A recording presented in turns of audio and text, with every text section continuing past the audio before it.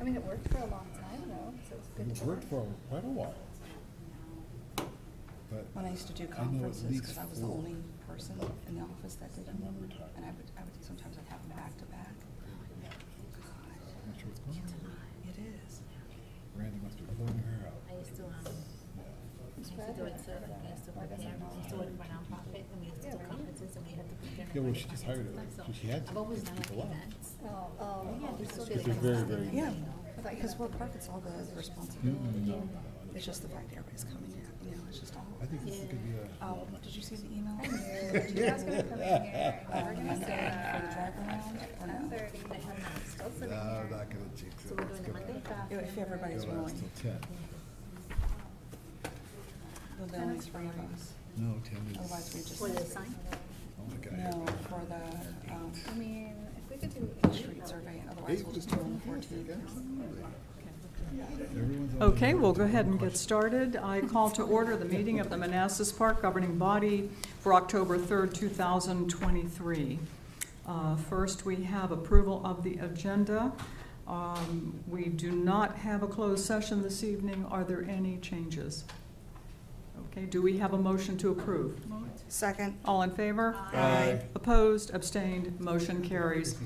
As a general reminder, and for the public, City Attorney is not with us this evening, and so therefore he cannot answer legal questions. So if our decisions or questions depend on answers from City Attorney, then we would want to postpone until he returns. Please join us for a moment of silence, and Councilmember Javed, can you lead us in the pledge?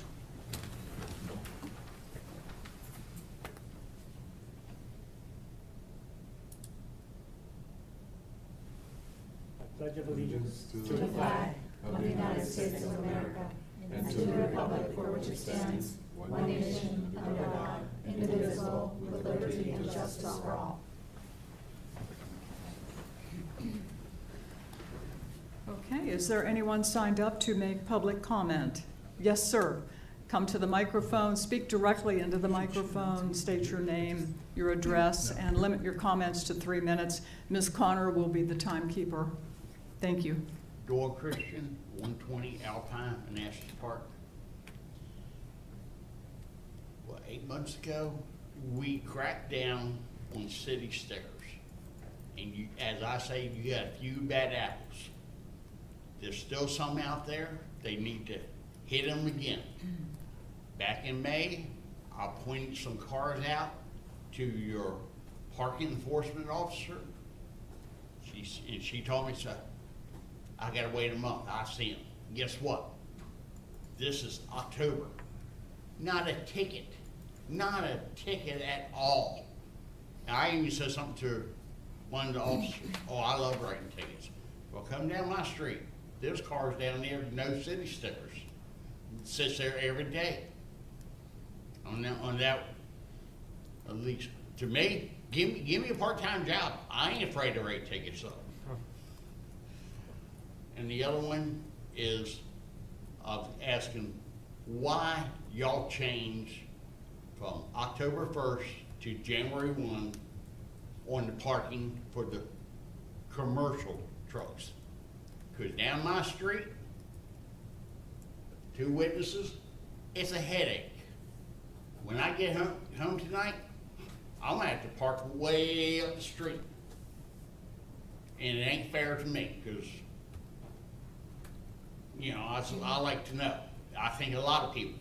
Someone came over to my house Sunday, I said, start it today. I knew it started in January, but the word of mouth gets around. As far as I know, you know, and Manassas Drive is cleaned up because the word got out early. And I'm glad on that part. That's it. Okay, okay. Thank you, Mr. Christian. Okay. City Manager, would you like to address the question? Yeah, for the decals right now, we're not ticketing for decals because we ran out of the FY23 stickers. So, and the bill for the FY24 is not due until October 31st. So there's no expectation, or 30th, I believe.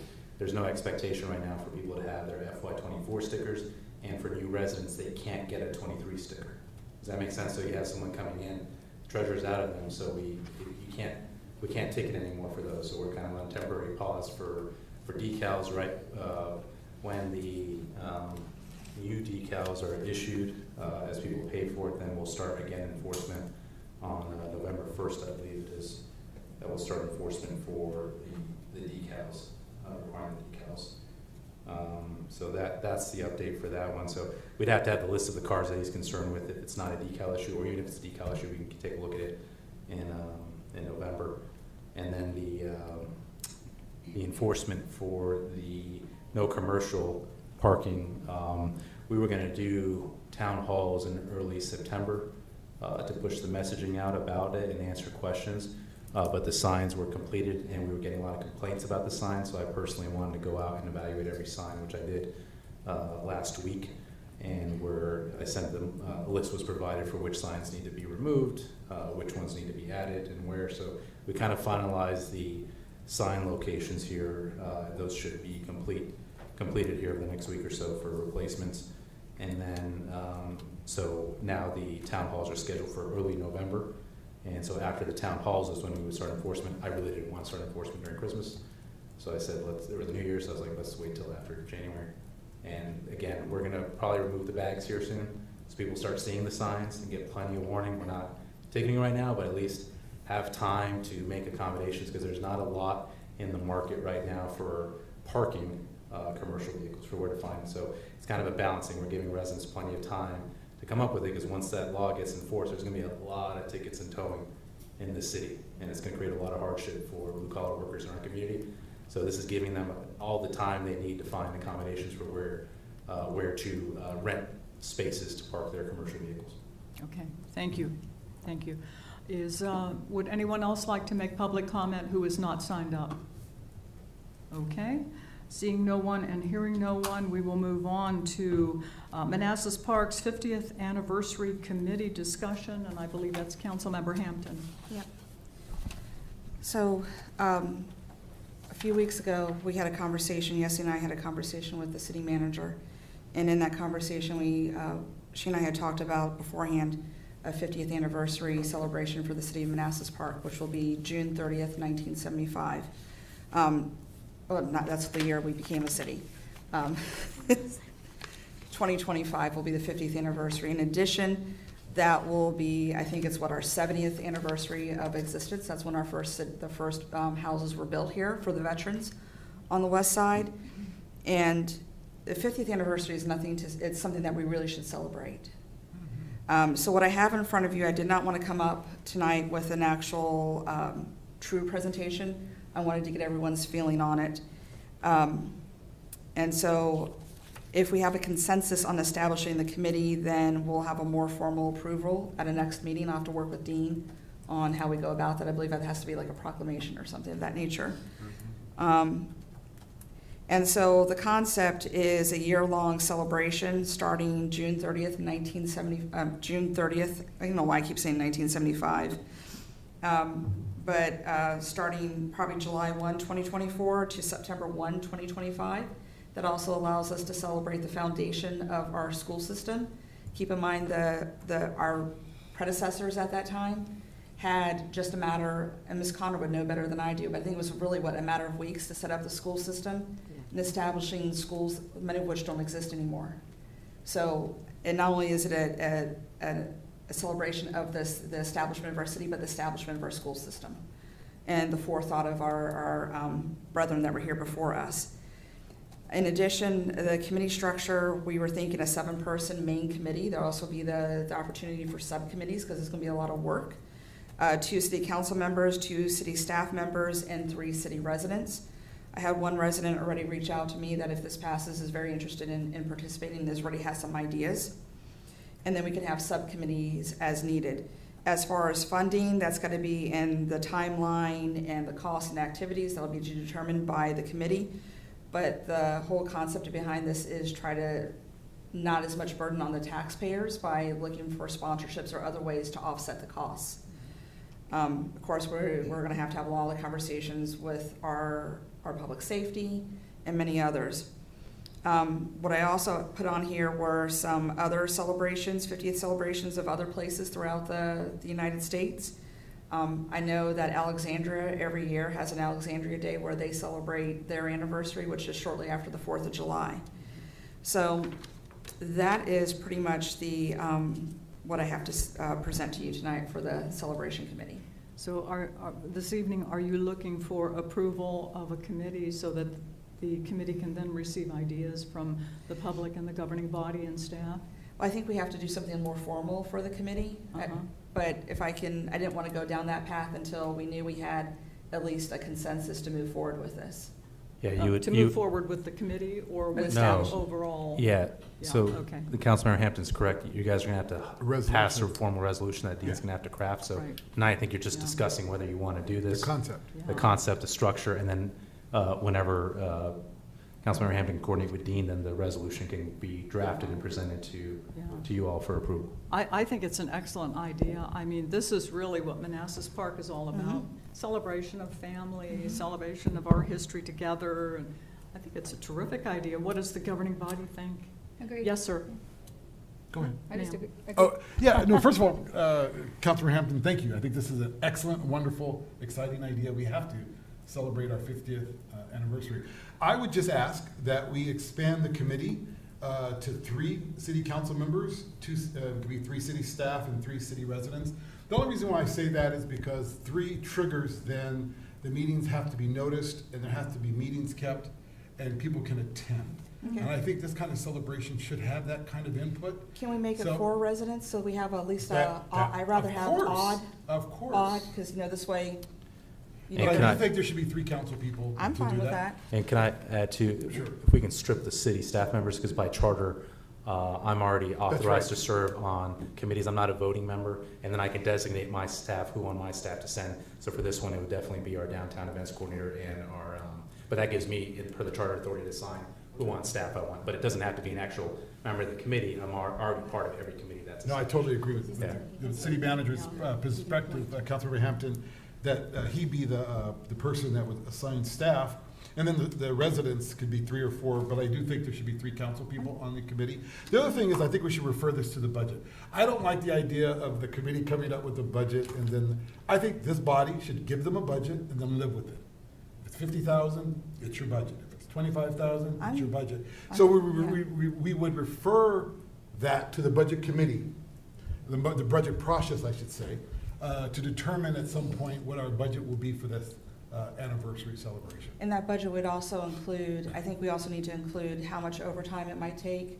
I mean, Staff? yeah, staffing, like for public safety or fire department, police department. Yeah, and that's gonna take work from the city manager. Yeah. If you want that kind of detail, I don't know, I mean, how do we do it now? Do we just absorb that in our budget? When We have do. We events? track our overall, our overtime.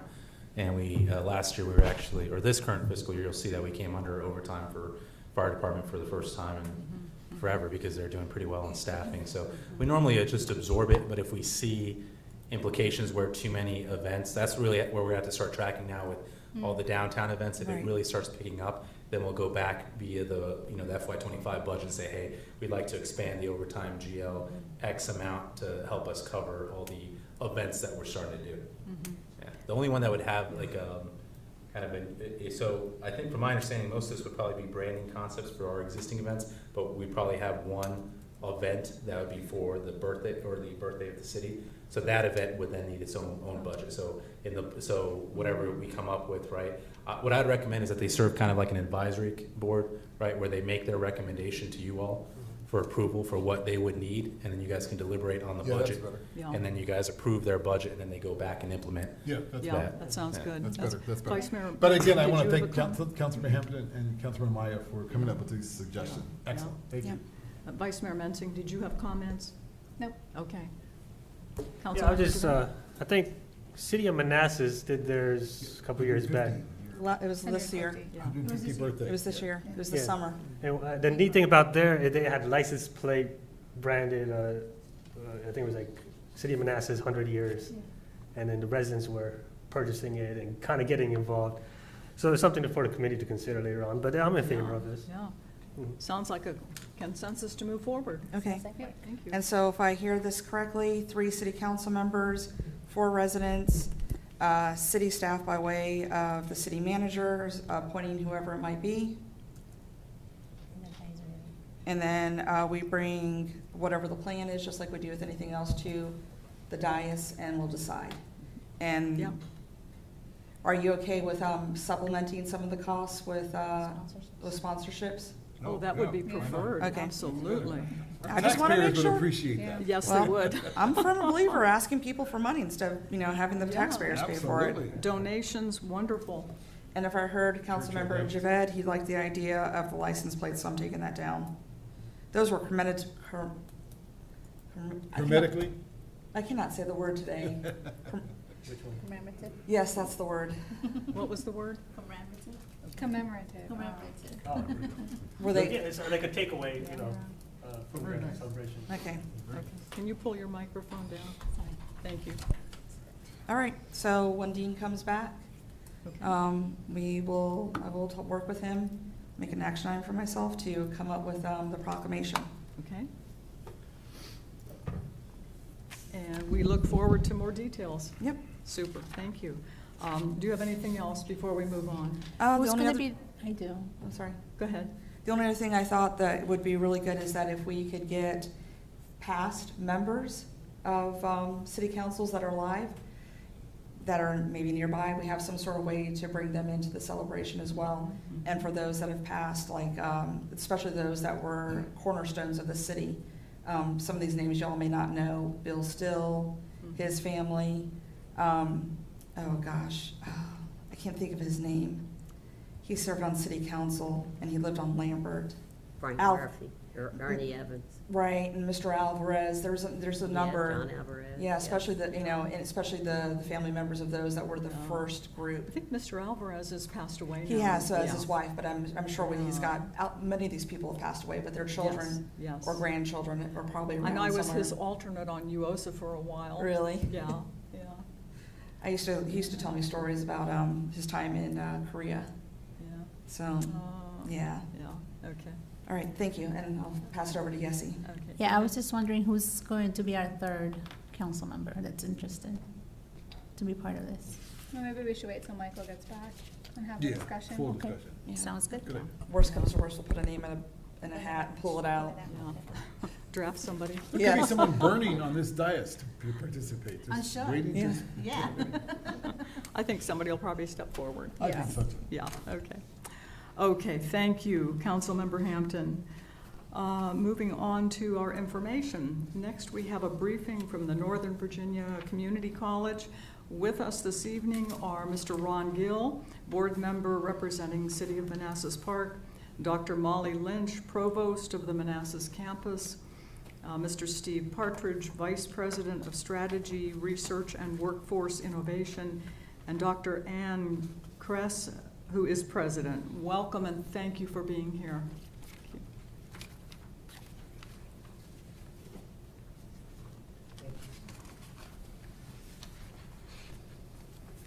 Just go to, okay. Good evening, members of the Manassas Park City Council. It is my pleasure to be here today on behalf of Northern Virginia Community College and part of the discussion on how we are advancing opportunities in our community. I would like to start today's presentation with a brief description of who our students are. Northern Virginia Community College is the largest public education institution in the state of Virginia. With over 70,000 students, we are the top supplier of talent in this region as well.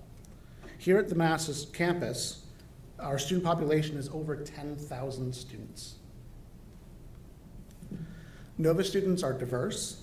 They come from a wide range of ages and all backgrounds. As a minority-serving institution, 60% of the students identify with one or more racial groups, and almost 60% of our students are female.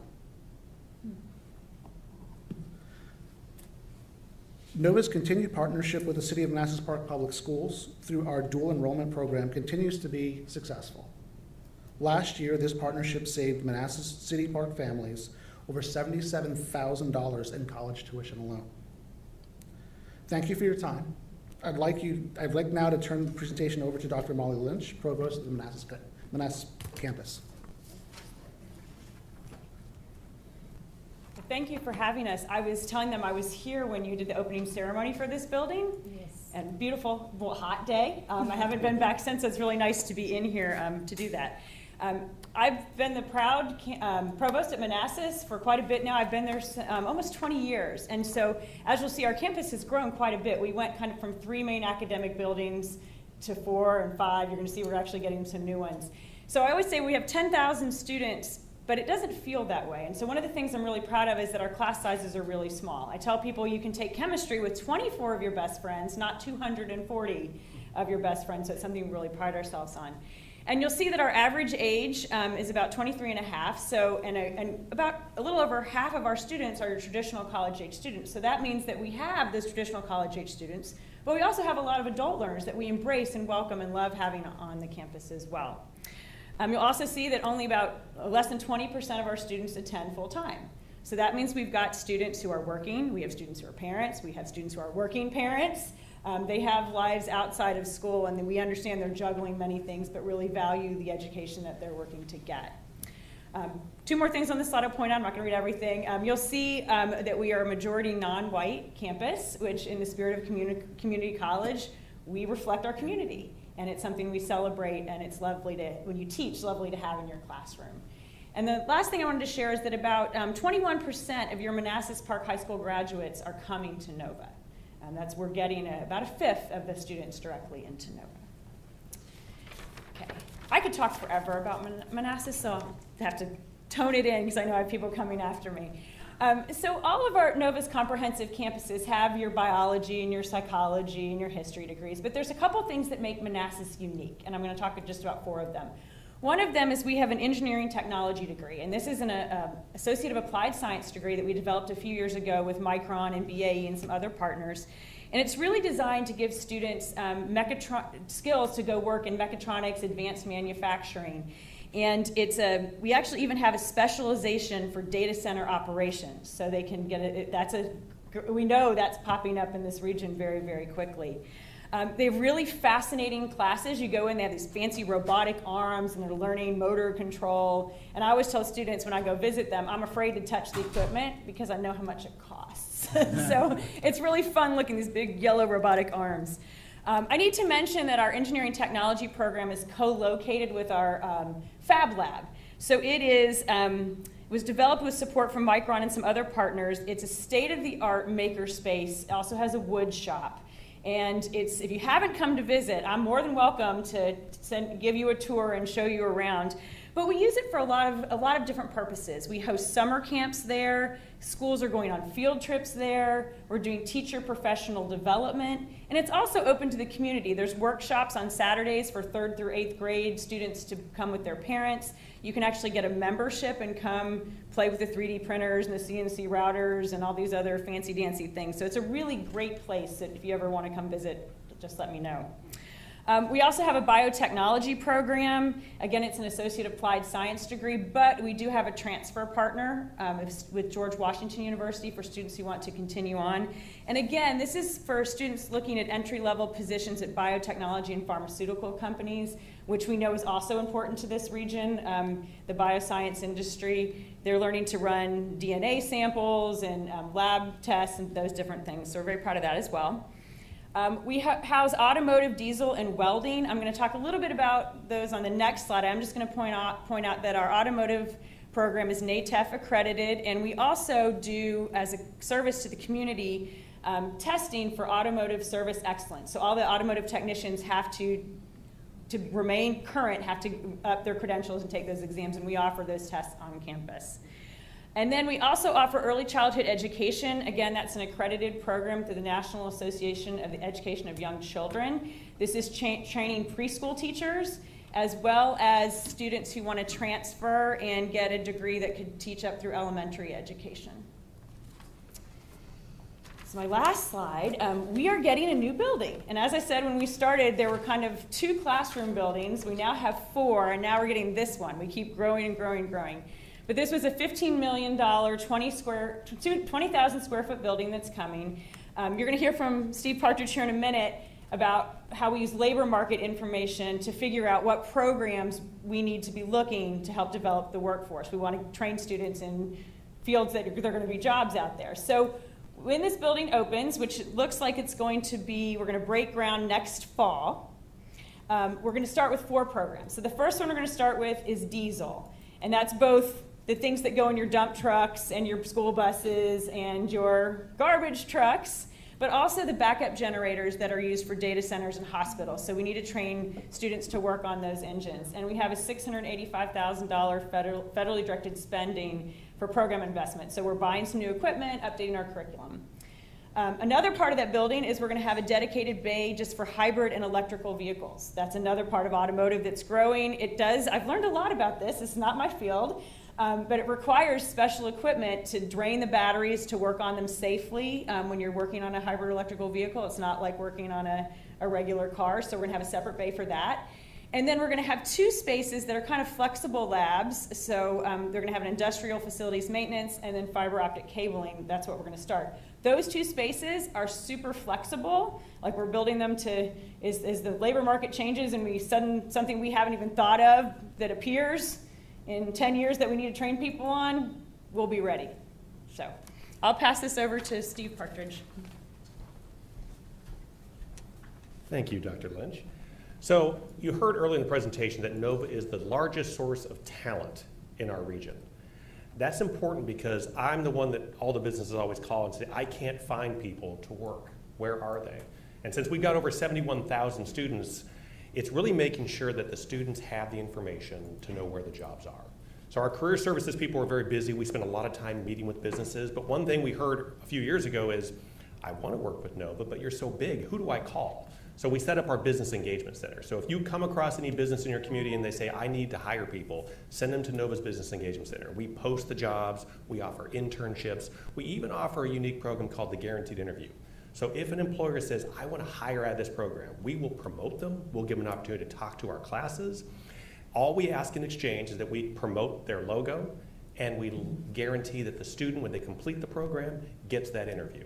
We don't promise a job. We know sometimes we can't always guarantee that, but it has been a huge opportunity for our students to really think about jobs different. A lot of times people always said, I chose higher ed because I was told I needed a piece of paper, a degree to get a job. We're trying to flip that. The purpose of coming to NOVA is to get that good paying job. And we really want to highlight our partnerships with employers, and the Business Engagement Center is one way we do that. As Molly mentioned, she said that we do a lot with labor market analytics. We actually have 3 full-time people that do nothing but look at job postings. We have software called Lightcast, which used to be called Burning Glass, that really looks and groups postings. So we can look at all of our degrees and we can match it up against job postings and see what we're not offering. Maybe degrees that we offer that is missing certain certifications or credentials or technologies that are evolving. So we provide that information to our faculty, to our deans. We also provide it to the K-12 system. I'll show you a quick slide here. This is one of our workforce index that we do, or our workforce career ladders. And basically it lets our K-12 system, our workforce centers through our workforce boards know what are the credentials needed to get the jobs. What are the job titles? What do they pay? We update this every year. We have this not only for IT, but we do it for healthcare, for business, for the skilled trades. So we really make sure that career awareness is front and center because most people just don't realize where the jobs are. If, as Dr. Kress likes to say, if you work in a hospital, you think there's 2 types of people. There's doctors and nurses. You don't think about all the other support positions, all the folks that scan and do radiology and all these type of jobs that are great paying jobs that NOVA trains for, but you just aren't aware of it. And a lot of times, especially for a lot of folks, they aren't aware of these jobs. They aren't at the dinner table conversation. So if we don't talk about them, they aren't learning about them. And if you look at a lot of other countries that we compare ourselves to, that's one of our failings. We just don't do enough in career awareness. And so we've made that front and center. We actually put our business engagement team with our career services, and our goal is to really make sure that first year student has all those resources so they pick the degree that gets them that good paying job. I'll jump back real quick. Another thing we're really proud of is every year we do a workforce index. We go out and ask hundreds of businesses, what are their challenges? What types of positions can't they find? Are they struggling to find good people, and how are they recruiting? And we're finding there's a disconnect a lot of times. Our last report showed that a lot of times you'll hear companies say they want to hire below a degree, that they're open to hiring people that do not have a bachelor's degree. Yet if you look at the job data, it really doesn't bear out. They tend to still hire with a degree. Or if you look at their own job sites, they still look and recruit the same way they did 10 years ago. So we really use this opportunity when the study comes out to talk with businesses, to really give them other opportunities of how they can source data, how they can partner with NOVA on guaranteed interview, how they can do internships and try out students to maybe offer that first job to someone, and really deconstruct the degree. If they're sold on the degree, that's great, but a lot of employers will say, yeah, that first job probably doesn't require the degree, but the second or third does. And we can show them how we can get them in the door and then move them up over time. And often companies have these tuition assistance programs that can help help students get to the finish line with zero debt. And my last slide is some of the companies we work with. Some you may recognize from your backyard, in Micron and AWS. But the one number up here that I want to draw attention to is that 6% of our applied degree, meaning the students that came to NOVA hoping to get a job when they're done, had zero debt when they left NOVA. And that's important because it puts them on a great footing to start a career, but we all know this area is very expensive, and setting them up for success is something NOVA is very proud to do. And now I'll turn it over to Dr. Kress. Thank you, and thank you so much for your support of NOVA, and I want to thank our board member, Ron Gill, such an incredible representative of Manassas Park. And I want to talk about NOVA, right? Our mission is to provide equitable access to affordable and exceptional higher education and workforce programs. We want to transform the lives of our students. We want to advance opportunity in our community. And not just us assessing that, but when you look nationally, NOVA is seen as a leader. Right? You have a nationally recognized institution right in your own backyard. So when we look at the Georgetown Center on Education and the Workforce, which has been looking at the economic return on a college education, NOVA is ranked #1 amongst the state's 23 community colleges. But even more significantly, when you look at all of higher education institutions in the Commonwealth of Virginia, we rank #11. So we actually outrank several universities in terms of what students are getting from their NOVA education post-graduation. We also are very proud of our workforce programs that Mr. Partridge talked about. And the Harvard Project on the Workforce has identified NOVA as one of just 5 community colleges that is doing workforce right. It is important to us that when you're investing in us, when our students are investing in us, not just their tuition money, but also their time, that they're getting a significant return on that investment. While I was sitting there, I was watching a young man run back and forth in the library full of energy, which I'm sure his parents greatly appreciate. And when that student comes to NOVA, we want to make sure that he has a bright future to run to.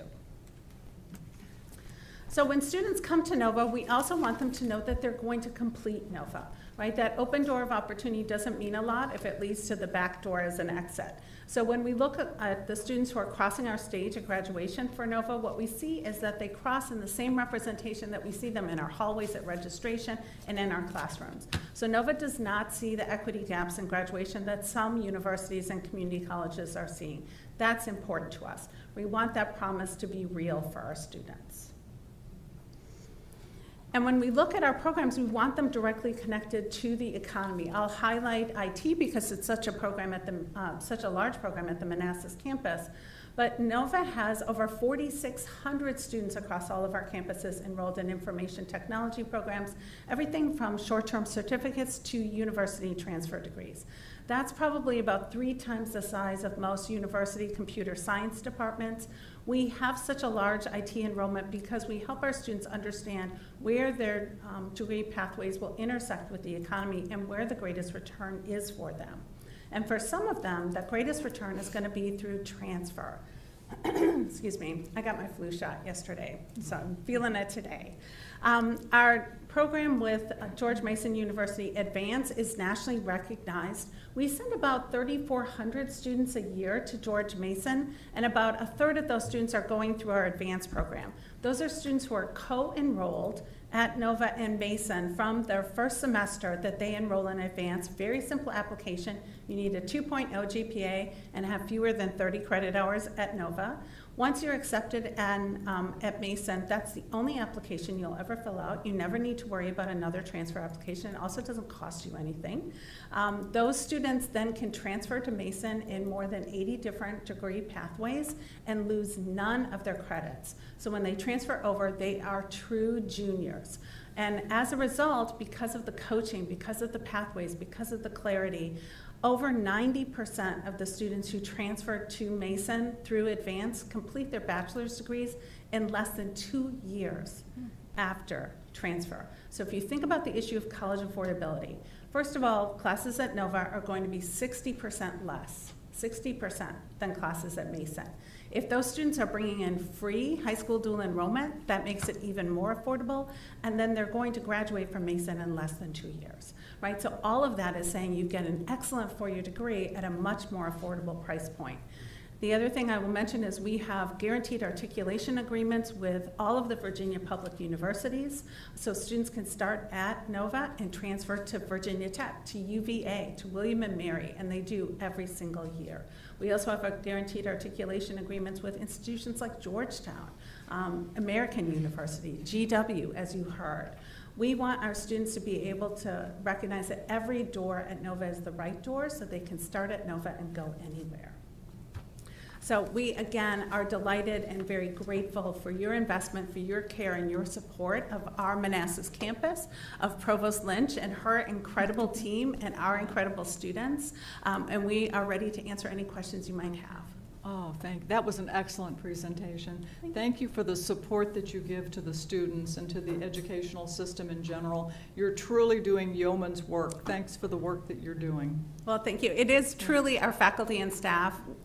They are just incredible, and their dedication to our students and their success. So I just really, we will extend that gratitude to them. Okay.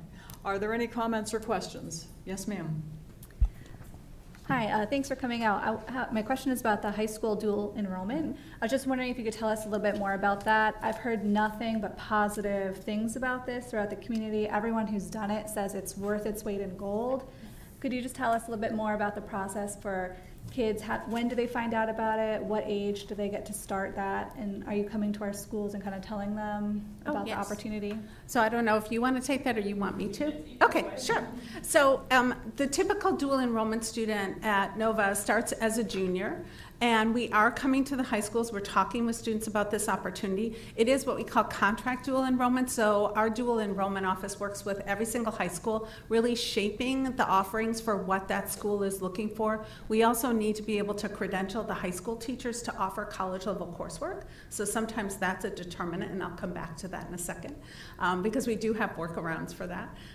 But it's an incredible opportunity. Those classes are offered free of tuition for students, and they transfer not just into Nova, but they will transfer anywhere. So we also work to have those courses be part of a dedicated pathway. Typically, there are courses that in Virginia are part of what's called the Passport, which is a set of general education courses that will transfer not just to Nova, but they will transfer to Mason, to Virginia Tech, to JMU, wherever students want to go. What we also help students remember, though, is that participating in these courses creates a college transcript, right? And they're also a dual enrollment, true dual enrollment. So a student is fulfilling their high school requirements and their college requirements with the same course. So if you think about how you can maximize your time, that's incredible. So every year we do have students who graduate from high school with an associate's degree. Before they even get their high school diploma, they're done with Nova and they're ready to transfer on. We also have a lot of students who then will graduate with enough credits to graduate from Nova in less than a year.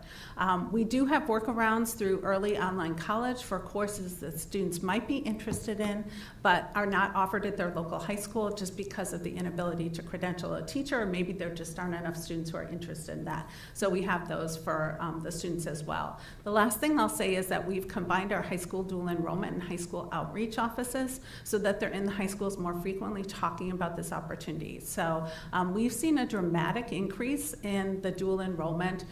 It sort of was flat for a while, but probably around 2017, 18, it started to really move up. And even this year, we've seen about a 15% increase. It's certainly the quality of Nova's classes, but I would be lying if I didn't also say I think it has a lot to do with college affordability. Oh, that's fantastic. What a great service for our residents. Thank you. Comments or questions? Yes, sir. A very brief question. First of all, thank you for the presentation. Excellent. In a former life, I was an elected trustee of a community college board in California for many years. One of the issues we had to deal with was just individual students that were living in their cars, unfed. Does Nova provide housing for its students, any dorms and dormitory life, particularly for the low-income students that have nowhere to go? We do not have residential life. It's not something that you'll see is common in Virginia, but what we do have on every single campus is a financial stability and advocacy center. And so students, for any sort of needs that they might have, we have food pantries on our campuses, but we can also connect students to SNAP benefits. We have supports for parenting students, including childcare grants. We have the ability then also to connect our students to housing assistance, to transportation assistance. We recognize that the majority of reasons that students walk away from NOVA isn't grades, right? They've usually got a solid, you know, it's not going to be a 4.0, I'm not going to lie to you, but it's a C plus B average, but it's life. Right? They can't afford a place to live, or they were driving themselves and they got a flat tire. We were able during the pandemic to provide students with financial emergency grants. It was so successful that now our foundation is launching the NOVA Student Success Grants this fall to replicate what the COVID dollars did now that the COVID dollars have gone away. And those are grants that can go for an unexpected utility bill, an unexpected medical bill, right? Something that you weren't thinking of that now suddenly is going to derail you off your college journey. We don't want that to happen. So we're really keyed in on the need to support our students' basic needs. Thank you. Excellent. That's Follow up? fantastic. No, that's great. Fantastic. Yes, ma'am. Okay. Thank you very much. And first of all, if there's anybody listening, I'd highly recommend, and this is take it from someone who's a perpetual student, go through NOVA. Yay, thank you. Go through NOVA. Do we have an idea of how a percentage of Manassas Park students or a number of Manassas Park students who are participating in the dual enrollment and as well as have graduated from the dual enrollment? I don't know. We've got a slide. That's right. She's saying do the math background. Yes. So there we go. I don't know that we have that with us tonight. If you do the math backwards, an effective scholarship right now of $77,000. So if anyone's got a calculator, our tuition is about $191 a credit hour. So if you divided 191 into 77,000, you would figure out, this is like doing math, and if this is being televised, it'd be that. I got my calculator. Okay. I have an MBA, but it's not in math. All right. So if you 77,000, divided by 191, which is a very good rate. Yeah. 403. how much? 403. And then divide that by 3. 134. So 134 students are participating right now. That's a good number. Yeah. And again, what we can do if you're interested is we can go back to our dual enrollment folks and really chart the progress as well, because what you'll see is that number has grown over time. You know, I had a conversation with some parents the other night, and I said, quite frankly, I don't understand why every student isn't in dual enrollment. Yeah, right. When you think about how much it costs to go to college now, the notion, first of all, for a full-time student for a full year at Nova, it costs about $5,800. But to think that you could get a full year for free while you're still in high school, that's incredible. And if you were to transfer those credits then to a much more expensive institution, like I said, we're about 60% less than Mason, we're about 65% less than Tech, we're about 70% less than UVA. Think about what those credits are worth. Yeah. Good. Do you have a follow-up? Nope, that's it. Okay. Comments or questions? Yes, go ahead. Hey, good evening. Thank you for coming. My question is about, I guess, the labor force in the next couple years. You know, the pandemic put a speed bump in a lot of these industries. So, what are you seeing an increase? Are people actually hiring right after, or have they slowed down? What are they looking for? And you know, I know you guys are expanding your curriculum, but. Yes. I mean, if you look at the unemployment rates right now, between 2 to 3% for our region, hiring has not slowed down. Okay. And even as the economy is softening a little, the greater Washington area usually weathers the storm a little better. But, you know, not having a shutdown helps too. What we're seeing, though, is the number of high school students in the next few years starts to sort of taper off. Mm-hmm. So you're not seeing the growth of high school students, which does affect the economy long term. What we do see across the Commonwealth is almost 3 million adults that do not have a degree. And if you look about getting the adult learner back into the classroom to get them either a short-term credential or some additional skill sets that would allow them to be moving up in their career ladder, that's where we're going to be focusing a lot. The state does have a fast forward program. If you're not familiar with it, it basically buys down the cost of high demand credentials that employers will hire on. So they're licensing when you think of healthcare, but CompTIA, AWS certifications in the IT space, a lot of the skilled trades have credentials, and we are really expanding those options. And we had about 1,100 students last year take advantage of Fast Forward at Nova. 75% of them paid $0 for that credential. And they're bundled, so you get the books, you get the test fee, and some of these tests are hundreds of dollars just to sit for the exam, and you get the class. And Nova only gets paid if you pass the certification exam for that last third of funding, so we are very motivated to make sure that student gets in there and successfully completes. So we're really excited. We think we are well positioned as a state to grow long-term the workforce, but there are some headwinds that's facing the whole U.S. Over the next few years that we're all going to be facing. Do you have a follow-up? I would just follow up really quickly to say we also know that, when the hiring market changes, individuals who have a certificate might not be as competitive as somebody who has a degree. Right? So it's really important to us at Nova that each one of those certificates then is turned into college credits. So we've got a mapping for each one of those credentials that says this is going to be worth X number of credits in our associate's program in IT or in cybersecurity or in cloud computing. And we're right now building an LPN program, a licensed practical nurse, that you need to have your CNA in order to access that program. So it's really a progression program.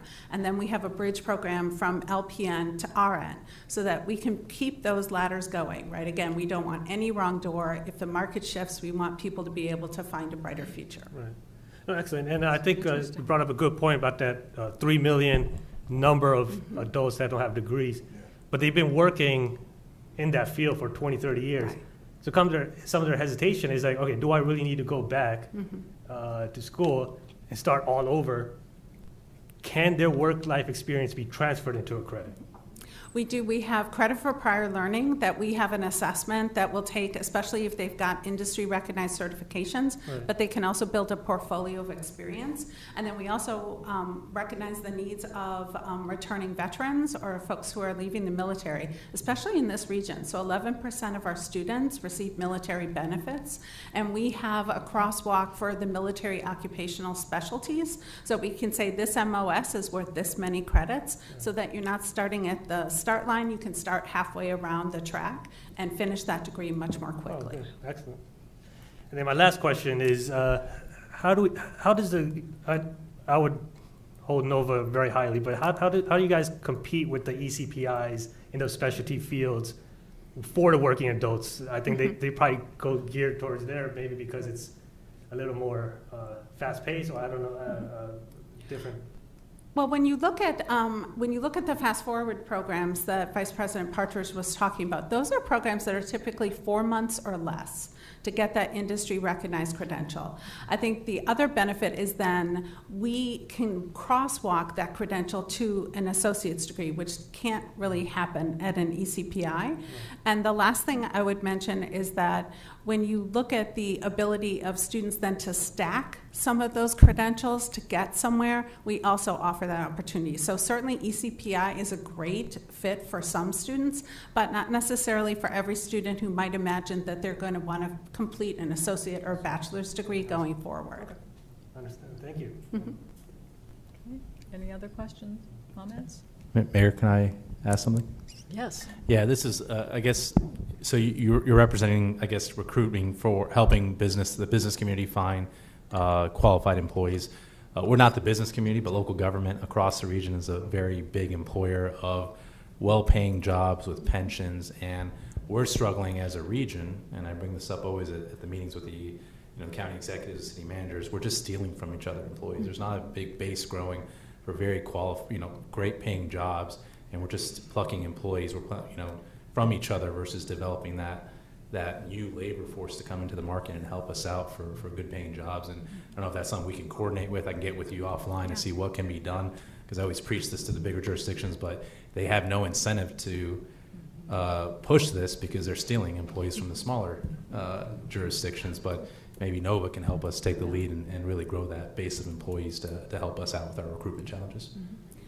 Absolutely. And in fact, at a similar conversation in Prince William County, we had a hallway conversation about the need for fleet mechanics, right? And so out of that then grew a funding ask for Nova and Prince William County to develop an apprentice program for fleet mechanics because they could not fill or keep folks in those jobs, so they wanted to grow their own. And then the Grow Manassas program really developed out of something like that too. How can you invest in your talent to help them grow into new roles and keep them?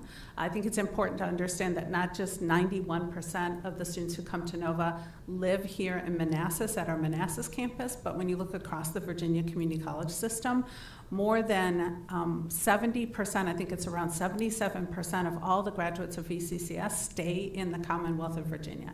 So we want to help grow and expand that workforce. We don't want you to have to steal from your neighbor. Thanks. Okay, good question. Comments or questions? Thank you so much. Thank you so much. It is so impressive that there were 4 of you here this evening to talk with us, and we appreciate that very much.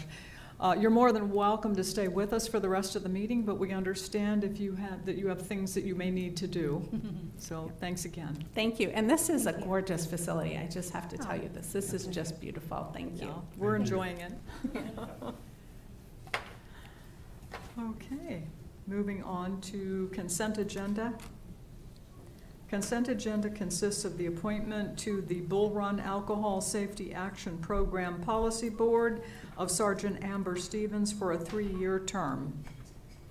Do we have a motion? Moved. Second. All in favor? Aye. Opposed? Abstained? Motion carries. Thank you. Okay, there's no old business. Moving on to new business, we have contract for rehabilitation and repair of city culverts. And that would be Calvin. Welcome, Calvin.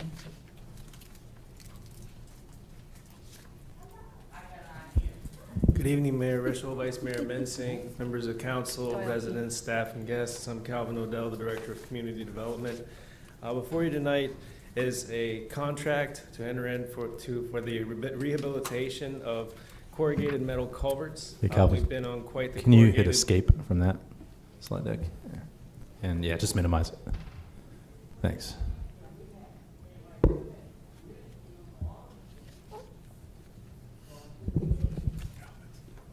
Yeah, we've been on quite the tear with rehabilitating corrugated metal culverts. I talked a little bit last time I was up here about the actual number of culverts we've repaired and the cost for that. But we have used Pro-Shot concrete to do the Railroad Drive culverts. There's 2 barrels that go underneath Railroad Drive right at Manassas Drive, and then 2 barrels that go underneath the, I guess you would call it the driveway entrance to the VRE station, the surface lot. Pro-Shot was able to rehabilitate those culverts for us. They have a rideable contract with Hartford, Maryland. It's actually a very nice, well-itemized contract, and we have the culverts at Manassas Drive and Kent Drive right in front of the Public Works building. Those culverts are really just at the bottom conditions starting to get a little bad. They're not near a critical stage yet, but we want to stay ahead of this game. And then the Kirby Street culverts that allow access to the Mosby 2 subdivision. They're not nearly as bad a shape as the Mosby 1 culverts were, but again, you know, we don't see any reason to delay in the repairs. So Pro-Shot has put together proposals to rehabilitate both of these, and we would be writing a contract that was, you know, a cooperative procurement contract. So the total cost presented in the agenda item is actually $475.62 for both of these, all 4 barrels, both of these culvert locations. But we do believe that that price may come down. If you noticed in the first one in your agenda package, there's an invert cost, and then there's a complete circumference cost. So we're looking to get clarification from the vendor if we actually need the invert treatment and the full circumference, or if one or the other will do. So this cost will likely go down as we continue to negotiate with Pro-Shot, but approving this tonight would give us the ability to move forward, get this work started, and at a worst case, we're going to come in under budget. Yeah. Oh, thank you, Calvin. And I know the residents really appreciate all the continuing work on the culverts. That's very important. Thank you. What are the dates for the substantial completion and the final completion? The dates? Yes. You mean- They were not filled in the contract, I was just curious. So,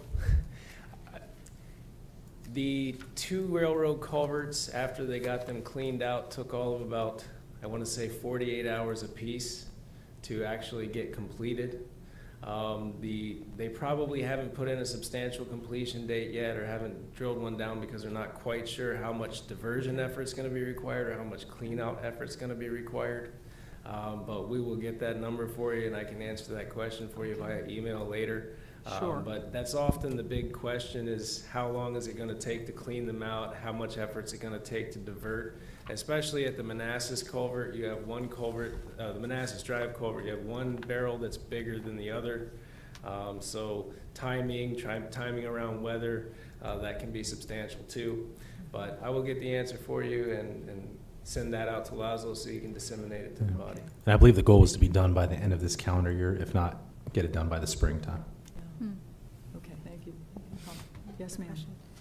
So I know the pictures that are in the PowerPoint are from another culvert, but I was looking at them and I'm also thinking about the winter time, and I'm going based on the size of the walnuts that are falling off the walnut tree. They're telling me it's going to be a bad winter. If we don't get it done through spring, will bad weather affect or accelerate the deterioration of the culverts? No, so most of the deterioration we've seen is in the bottom condition, where the soil and the water are both in contact with the pipes. Okay. I don't know if that has something to do with the pH of the soils around here, or a combination of the pH of the soils and the water. But for some reason, all of our corrugated pipes have first just completely deteriorated at the bottom. And there's some images in the presentation I'm going to give later tonight that'll show you what I'm talking about. Yeah. But it's really not a winter weather thing. Winter Okay. weather usually involves, of course, a lot of I&I from snow melt in the springtime, but not large rain events, which are the most likely to jeopardize a poor culvert. When a culvert loses its bottom condition, that's when you start seeing like the wing walls fold in on it. Okay. And that, creates undue force or unplanned force against the outside edges of the culvert, and that's when they can fold in and create a real mess. But these are not in critical condition. We have dealt with, 6 barrels of critical condition culverts over the spring and summer, or last winter, spring and summer. These are not in critical condition. These are things that we're jumping on ahead of time. I'm not worried about them making it through the winter. Okay. If they were in critical condition, I'd be very alarmed about making it through a spring or hurricane season. Okay, thank you. Comments or questions? Yes, go ahead. I guess a question for the city manager is an ARPA question. I don't know unless you can answer. But did we designate for infrastructure the full $3 million, or was that $3 million just for the culvert repair? It was just for the culvert repairs, and we used that money for the railroad, the ARPA railroad culverts, and we came under budget for that, and also for the emergency Manassas Drive, right near the tracks. Remember, there was the sinkhole forming there. There was risk of collapse there, so that was what kicked off the ARPA funding, and so it was a total $3 million, but across all those projects, we came in and we had about $180,000 left. And then, so what is left in the infrastructure budget for the ARPA? Anything, or? Infrastructure, so the 2 big infrastructure pieces were the culverts, Yeah. and then the smart meters. And the smart meters was, I believe, another $2.7 million project. So we had $2.7 million for water and sewer, And then $3 million for stormwater. At that time, we weren't allowed to use ARPA for transportation infrastructure. That's changed now. So we'll probably come back with the next budget amendment for the city, and ARPA budget amendment with potentially some recommendations to use ARPA funds for transportation projects as well. Okay, so nothing left from ARPA for infrastructure? There will be, yeah. We're coming under budget for a lot of things, so I think that's gonna be a discussion we'll have here. We'll be presenting the FY23 budget closing, including ARPA, and what we have left for ARPA money, including we've earned a lot of interest money right now as a city, for our money and the ARPA money that can then also be utilized because of the high interest rates. I want to say we're about $400,000 in cash this year from high interest rates, so we're making sure that we're investing the money that we have in our bank account to grow our funds. So we're going to have leftover ARPA money to plan So this budget amendment is going to be critical, and the FY25 budget to really kind of close ARPA. And what I'm probably going to come back and recommend is that we go ahead and expend ARPA quickly on eligible CIP projects right now, and then tuck away the savings from that for future projects, so we can extend out the time period that we have that our money to spend without having to follow the timelines of ARPA. And that's what I was trying to get at, is like, you know, see what we have left in the CIP, and we go fund with just the ARPA, because that's, you know, these are two big amounts, almost $5.76 million. Yeah, those were the priorities. So the other ARPA one that we wanted to get done was the SCADA project for the sewer system. We didn't have money for that then. We'll see if we have the money right now. We're also considering using ARPA money for as part of the community development building acquisition, renovation, and more importantly, using the development money to pay for that, but then using some of the ARPA money for the schools renovations for some of the technical training that was discussed tonight to enable us to start that at the high school level, some shop classes and other things like that. So that was planned in there, right? So we'll see how much we have available for all that, and if we want to spend on other things too. Thank you. Follow up? Follow No, up? thank you. Okay. Comments or questions? Last call? Okay. Okay, with no more questions or comments, the staff recommended motion is that the governing body approve and authorize the city manager to sign an agreement with Pro Shot Concrete Incorporated to rehabilitate the Manassas Drive culverts over a 2-year period and to repair the Kirby Street culvert in an amount not to exceed $470,562 as presented and subject to final city attorney review. So moved. Second. All in favor? Aye. Opposed? Abstained? Motion carries. Thank you, Calvin. Okay. We have reached our second public comment time. Is there anyone who would like to make public comment? Seeing no one and hearing no one, we will move on to city manager's time. Great. So tonight we have 3 items.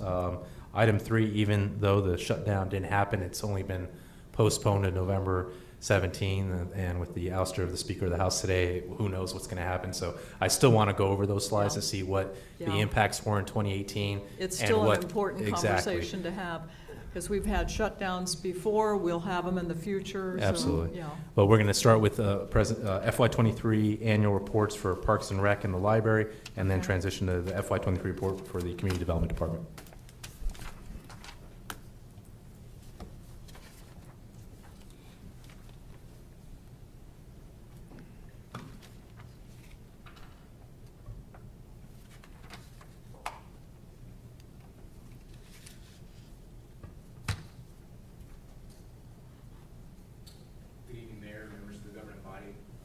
So I'll be presenting this evening for the Department of Parks and Recreation, our FY23 year of fiscal year performance metrics.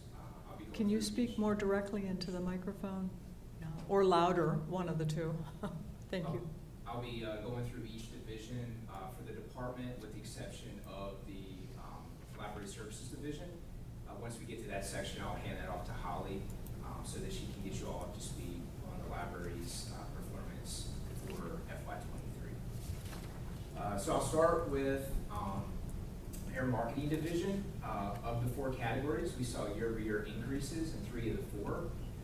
In particular, we saw a really strong turnarounds. We were also above last year as well, but Facebook engagement came in at 89%, which was a pretty sizable jump from last year's improvement. We also saw improvements in email open rate and our mobile visitors. We did see a slight decrease in our website visitors, but again, all in all, the division had a strong showing for FY23. In terms of our operations division, our membership contracts came in at 28% year over year. We had a strong, steady year. In particular, the 4th quarter was really strong in comparison historically. That quarter, generally speaking, is kind of a little bit of a more modest quarter of the fiscal year, but we were very strong and steady, so that was encouraging. Rentals sold continues to be a strong metric for us, 22% increase year over year. Rentals held came in at 7% over. We did see a decrease in our bonus center volume. minimal at 3%. The first 6 months of the year were very strong and were year over year. We made some policy changes at the end of Q3 that affected that portion of the year as well as Q4. With some of, we got a little stricter. We were seeing some issues with some of our younger patrons, some issues with horseplay, inappropriate language, leaving weights everywhere, kind of a mess in the facility. So we had to kind of take some steps to try to mitigate some of that behavior. So I think that's kind of impacted the volume numbers a little bit because we have seen a little bit of a decrease in those younger patrons from accessing the space. And then our tours converted to sale came in at 34% year-over-year increase, which was a strong turnaround for us. Going to the rec services division, all 4 categories saw year-over-year increases. We were able to implement 36% more programs in 23. Our senior passports came in at 31%, which was a nice kind of increase there coming out of the pandemic. We continue to make progress in that particular area. And our special events went from 18 to 29, or 61% off. So that was a strong turnaround as well. So going to our aquatics division, we saw an increase of 18% in our swim sessions. Also saw a marginal increase in our water park attendance. That we did face some challenges in June due to the Canadian wildfires, where we had to shut down operation a number of days or suspend operations. So despite that, still coming in over was very encouraging. And we did see a decrease in our lane rental hours. So we're certainly taking steps this year to try to kind of reverse that trend. But ultimately what that ended up being was one of our renters who uses a lot of space kind of cut back on his space. So that kind of impacted that number a little bit. For our parks division, we saw a big jump in field rentals at Signal Hill Park, but we saw a decrease in our Casella Park field rentals. We were able to secure some additional soccer rental routes at Signal Hill Park. That made up for the difference there.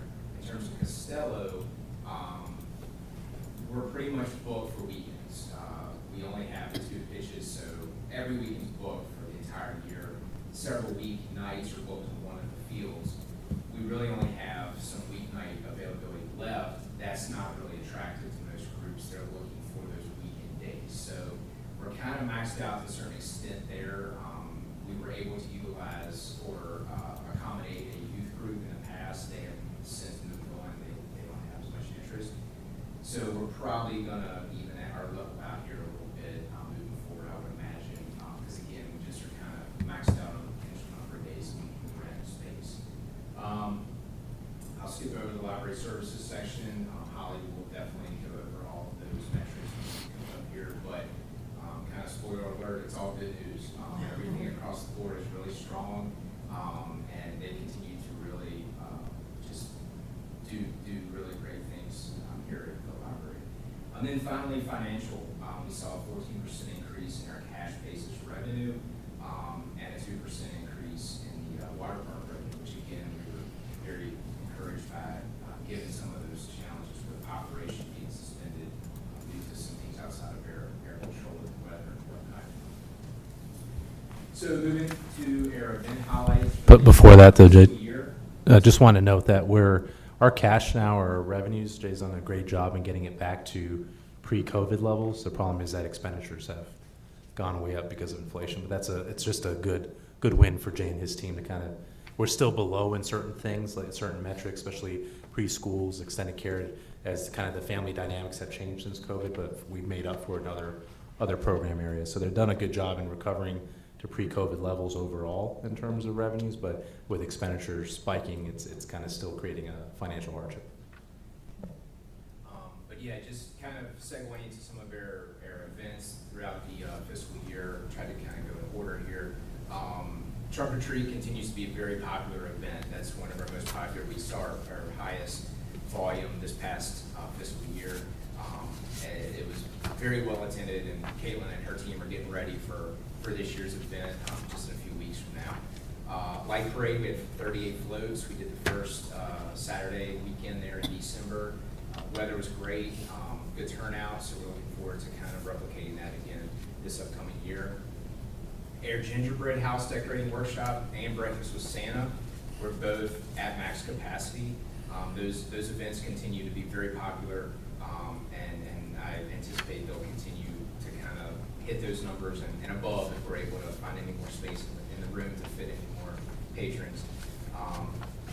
And then our flashlight egg hunt and our traditional egg hunt, we do the flashlight on the Friday and then the traditional on Saturday. Both were at max capacity. So 45 for the flashlight, 120 for the traditional, and those continue to be very popular events for us. For spring, the Kite Festival at Signal Hill Park, we had approximately 250 in attendance.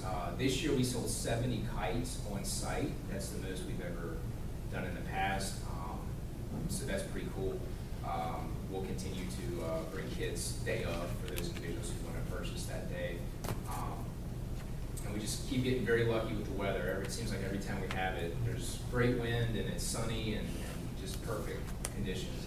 And then our spring yard sale, we had, I don't know if you all recall, but we had to cancel a few times due to some other conflicts. So that was, I think, like the third day that we kind of agreed on. So we did lose a few vendors as a result, but ultimately only about 6 spots were missing. So still a pretty good turnout. And then lastly, the Chalk Festival. This was our second annual at Williams Park. 110 participants, well attended.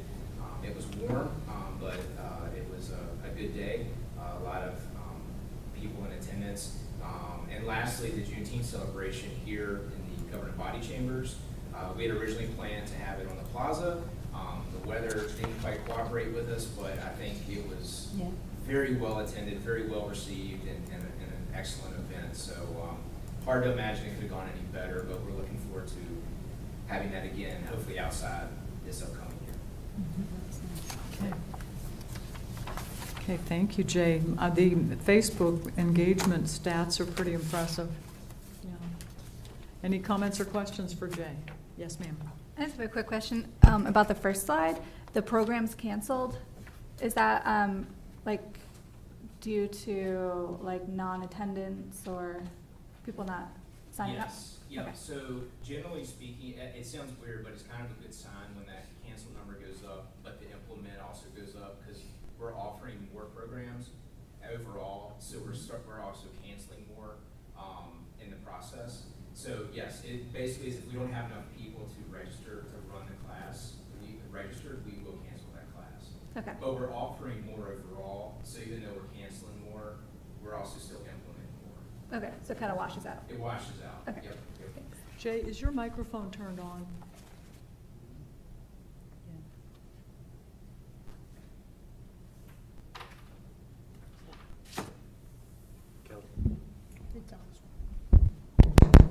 Hey, Jay, we'll give you this one.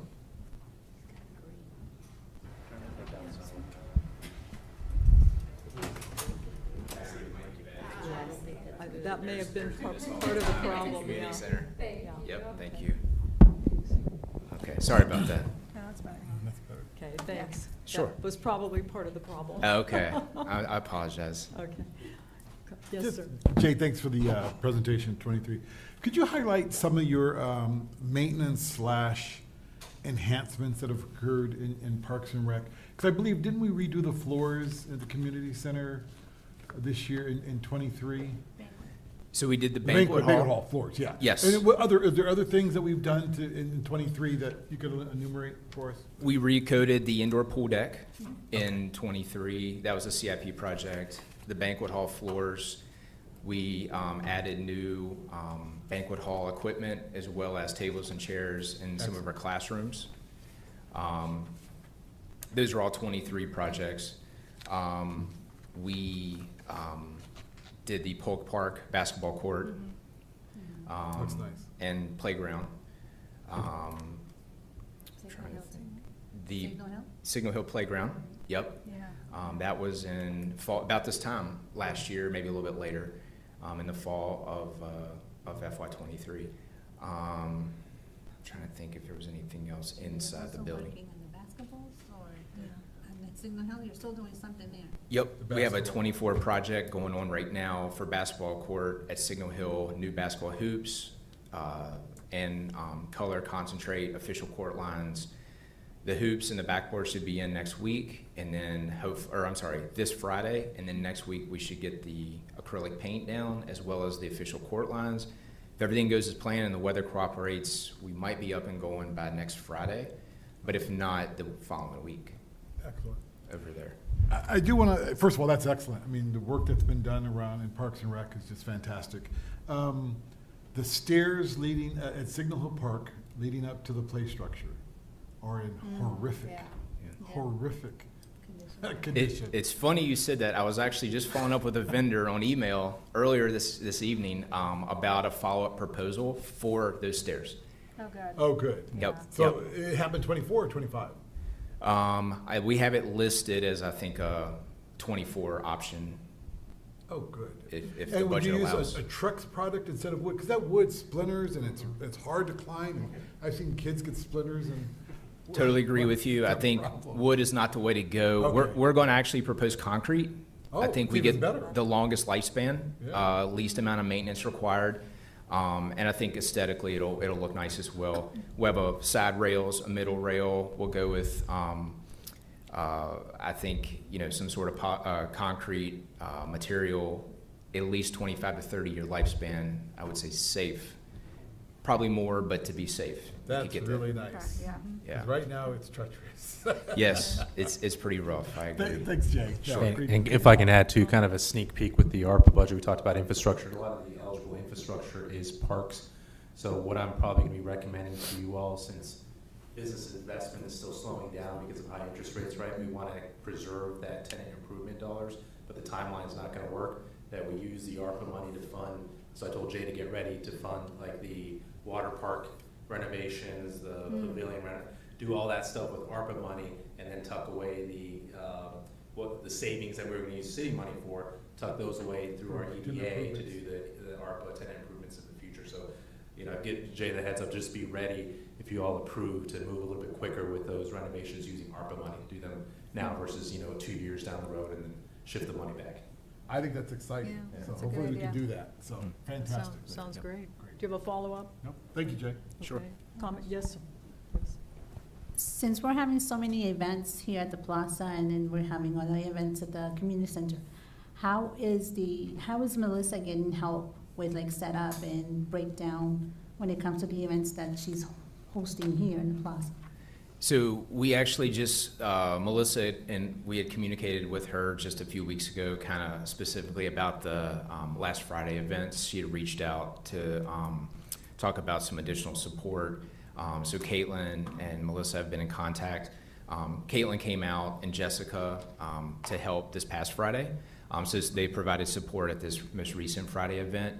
But she will be providing additional support staffing to Melissa as needed for setup or tear down at those Friday events.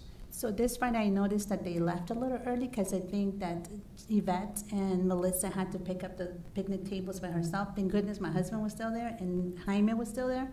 And they Okay. helped her kind of like lift those tables out of the way because we're on the road. Okay. So I just want to make sure that she's getting the assistance that she needs after the events because she was actually by herself afterwards and we were still there, so we kind of helped. Okay, yep, I can check in with Caitlin on that to kind of confirm that when we do the scheduling that we're able to provide it late enough into the evening to kind of, support the whole function of the event. Okay, that would be, thank you. Follow-up? No. Comments or questions? Last call. Councilmember Jabed? No? Okay. Thank you so much. Thank you. Thank you. Welcome. I can't make this any shorter. Good evening, Mayor, members of the governing body. Thank you for having me up here. So as Jay mentioned, I'm going over some of the library's metrics. So to start with just some basic numbers comparative to last year, we have the physical items borrowed. So that's the books actually in the library, not the digital ones. We're up about 10,000 from the previous fiscal year. For digital items, ebooks, e-audiobooks, music, movies, anything like that, we're up over 2,000 from last year. Everything that I'm talking, we're actually up from last year. You know, this is the first full fiscal year we're in this building, and the difference has really shown. We've got a huge amount of card holders coming in. Every month we're making about 100 to 150 new cards just in the library. Open hours, of course, are up from when we were at Bloom's. They'll be up even further as part of this fiscal year was we were closed for the move. And then library visits itself were up about 10,000 as well from last year. Once again, that I fully expect to go up further next year as every month our average is increasing for visits. For programming, we broke it down for the children's, teens, and adults. So last year we did for those as a total of 66 programs. This year, you know, we had 90 just teen and adult, and we had 134 children's programs. So the amount of programs we've been able to put on in this new space has drastically increased. And we have seen a drastic increase in our program attendance as well. The total program attendance last year was 2,500. This year, our children's program attendance alone was over 3,000. So we have seen a huge amount of people coming in, and that is growing all the time. In our most recent adult programs, we've seen a huge number of people coming. You know, before when we would just have maybe 5, we're now seeing 10 to 15 per program. So even with our adult and senior programs, those are all going up every month as well. The public computer usage and the wireless session has kind of remained about the same as it was previously, but we are seeing people stay for longer amounts of time here than they used to. So it used to be a brief in and out. Now we have people who set up shop, bring in their own second computer screen and work all day at the, whether school or work, within the library. And then our website visits are up drastically, double what they were the previous year as well. For social media, we have surpassed 1,000 followers on Facebook. Our likes on Facebook are about 1,000 as well, although they're not reflected up here. And then Instagram is growing. We get a couple, an increase every month. YouTube stays about the same, but we don't post as regularly on YouTube as we do the other social media. And then here are some programs that we wanted to highlight. You know, we have teen programs such as the Rainbow, I can never pronounce that. Terrarium? Terrarium, yeah, thank you. We had children's programs such as Making Music, Melting Crayons was another teens program. We had a Master Gardeners one. You'll notice it says Melting Crayons on top of that. Apologies about that. And then our Builders Club is probably one of our most popular new programs. We bring a bunch of tables into here. We have a bunch of children and their parents that come, and they are given a theme every month and to build out of Legos. And then throughout the month, we have them displayed in the library for people to kind of see them and get them interested for the next month.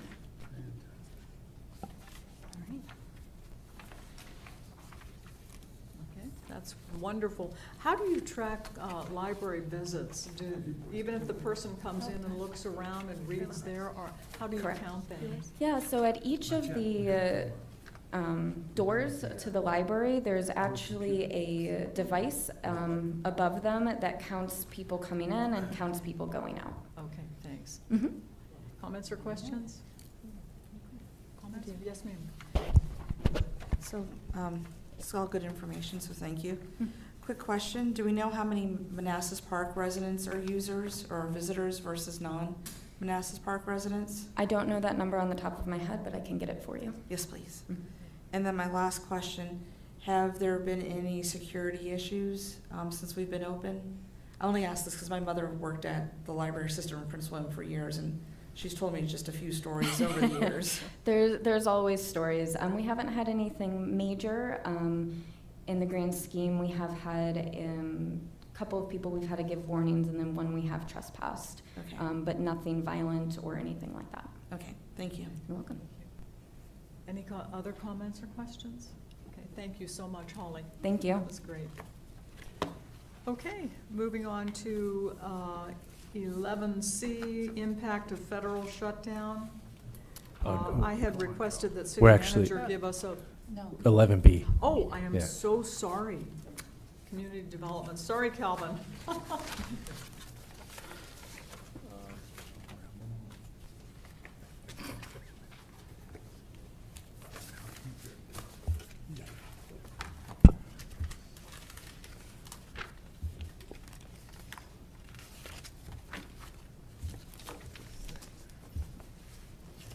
Good evening again. I'm Calvin Odell, the Director of Community Development, here to present my FY23 performance review.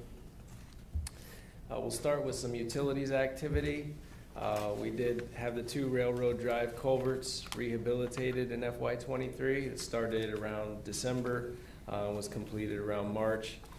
We had an EPA audit of our MS4 program. That was a big surprise to us. It was not a warning ahead of time. We got about 30 days to put data together, and then they showed up for a site visit. We are submitting final comments on that. First round of the UCMR 5 water samples was in FY23, and that was the PFAS was included in this round of UCMR 5. AMI contract was awarded and the data collector units installed. Meter replacements will start in FY24. There's huge lead time on meters. The industry's just reeling, trying to get especially this number of meters out. But this AMI is I don't know if you guys have seen, but the actual antennas, radios are already installed, so we're just waiting the meters to come in. We have 5 on-call engineering service agreements implemented.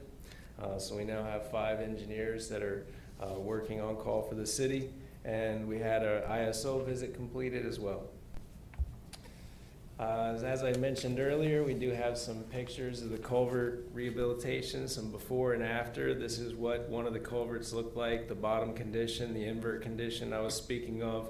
You can see where the water and the soil both contact the pipe. This was pretty general across the board for all the corrugated metal. There was just nothing left of the bottom. And then you can see it was, the pipes, because of the roughening in the bottom, they were holding debris and not draining all the way through.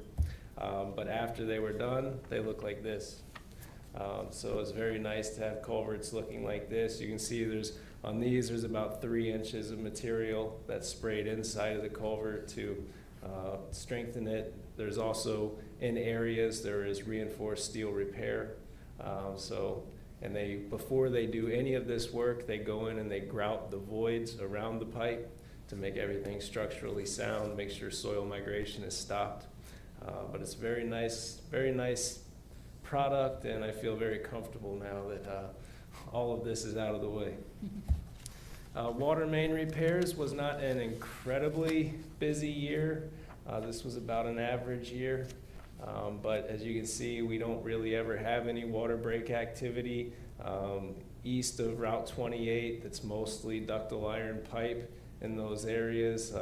Every once in a while, somebody will run a pneumatic missile into a water line or something like that, and we have to initiate a repair, but it's mainly in the original township where the infrastructure is struggling. It's a different type of pipe, and it causes us problems. Water distribution, purchase statistics. This is always an interesting slide because this one has flip-flopped for the past 3 years. When you look at what we actually purchase, the amount of water we purchase versus the cost, because of our costs are so tied to capital improvements, anytime there are major capital improvements with Manassas Water, or anytime there are major capital improvements with Fairfax Water, our costs spike. So Like I said, this flip-flops and has flip-flopped for the past few years. This year, we had a massive cost decrease on the Manassas side with a very minor amount that we took decrease. And then on the Prince William side, we had a pretty substantial gallon, T-gallon increase from what we took and a substantial cost increase. But it's very difficult when you look at these statistics to decide where you're going to go with your water rates. Major fleet highlights and activities, continued onboarding of the enterprise vehicle purchase program. We actually onboarded 19 vehicles this past year. It takes a lot of work for the guys at the shop, especially Tommy, but also assisting departments with their vehicles, with their upfits. We aiding the finance department with the enterprise purchase program, and we've been installing the AVL systems, the AVL trackers in all the city vehicles. Once that project is done, it'll just be adding them as the vehicles are onboarded. But also continuing with the Asset Essentials software implementation. Fleet has done an excellent job of capturing their hours into the new work order system. We'll take a look at some of that data in the next few slides. Aiding other departments with Asset Essentials. Since Tommy is such an expert on Asset Essentials now, he helps out the other divisions with how to use the system to their best advantage. And aiding and putting together the vehicle surplus auction. We just had a major surplus auction of vehicles this past week, and that wasn't in FY23, but we're getting better and better at it all the time and bringing in good money for some of these vehicles. Starting to work on implementing the city's Easy Pass program so that employees can take an Easy Pass with them, when they're going on trips. This is some of the data that we get out of Asset Essentials. This is taking a look at labor hours by category. These are the different work categories that we've implemented into our fleet work order software. Administrative has gone up quite a bit. That's both because probably the hours of work orders on actual vehicles are going to decrease as the fleet gets newer and newer. But also the running of the fleet program, working to get these vehicles ready for auction and things like that. Have a note here, this administrative category is something that we discussed when we were implementing Asset Essentials and implementing a work order system. We didn't want to leave hours on the table. So administrative pretty much covers anything that Tommy's doing with enterprise fleet work, when him and his assistant are doing inventory, parts ordering, parts intake, meetings, staff meetings, and other tasks that are not asset specific. So all of these other categories specifically involve an asset that's in the system, a vehicle that's already in the system. So all of these other hours are actually allocated to a vehicle. And again, the one thing that I noticed that's kind of hard to notice on this is if you look at your dashboard warning light numbers, they've dramatically dropped. I always say, you know when your car's out of warranty when the dashboard warning light comes on. So as we implement a newer fleet, we're having less and less problems to deal with like that. This is labor hours by department, and this is, probably no surprise. Spend a lot of time on the police fleet is the largest portion of our fleet. Public Works, during snow years, probably spend a lot more time on the Public Works vehicles than non-snow years. And then again, fire department, a lot of apparatus work, a lot of attention to those actual large apparatus. What did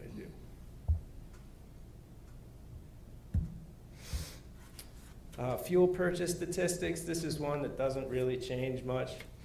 Year to year, you can see it's almost identical to the year before, but PD consumes most of the fuel in the city, fire department just slightly behind them, and then Public Works very slightly behind fire department. Facilities activity, we had the big move to City Hall. That was a huge drain on Kenny and his staff. It was a huge strain on everybody, but we got in here and it's a beautiful building and everybody's happy to be in here now. monitoring the punch work and the troubleshooting issues here, and then working cooperatively with schools on various aspects of facilities management, and training our new deputy facilities manager. And then we had the MAP clinic, which had a catastrophic pipe burst during the winter, and it took a lot of work and effort to get that MAP clinic back open. And then procurement and onboarding of contract cleaning services for City Hall. And then the cleanup and organization of the Blooms Park storage facility that will soon be our general services storage area, and coordination of multiple contractors to troubleshoot the fire department HVAC. And again, we take a look at some of the data that we can get out of Asset Essentials. This is labor hours by category. And the same holds true with this slide. You know, we have an administrative category that sort of accounts for all the stuff that's not associated with a location or an asset. So all the stuff that Kenny does that's not specifically tied to work for a building or for an actual unit at a building. And then outside of that, you can see that the vast majority of it is cleaning. We spend a lot of hours cleaning the various facilities around.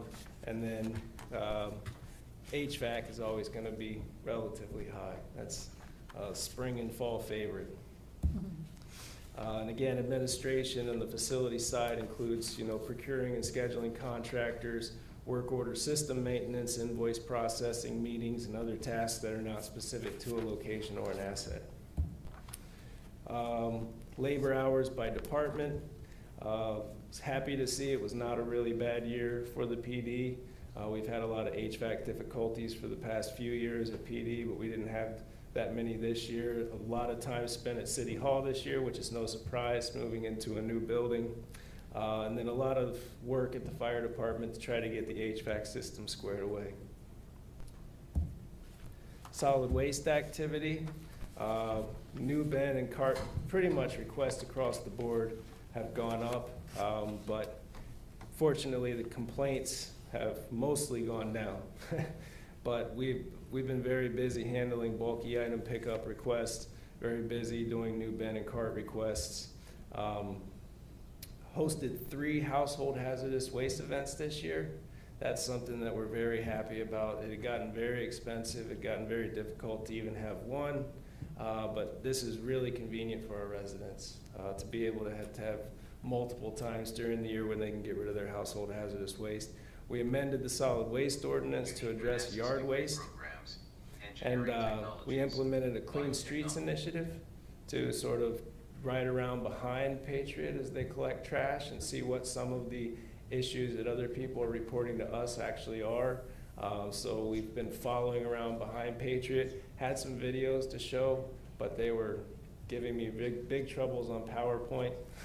So I'm gonna spare you the videos this evening.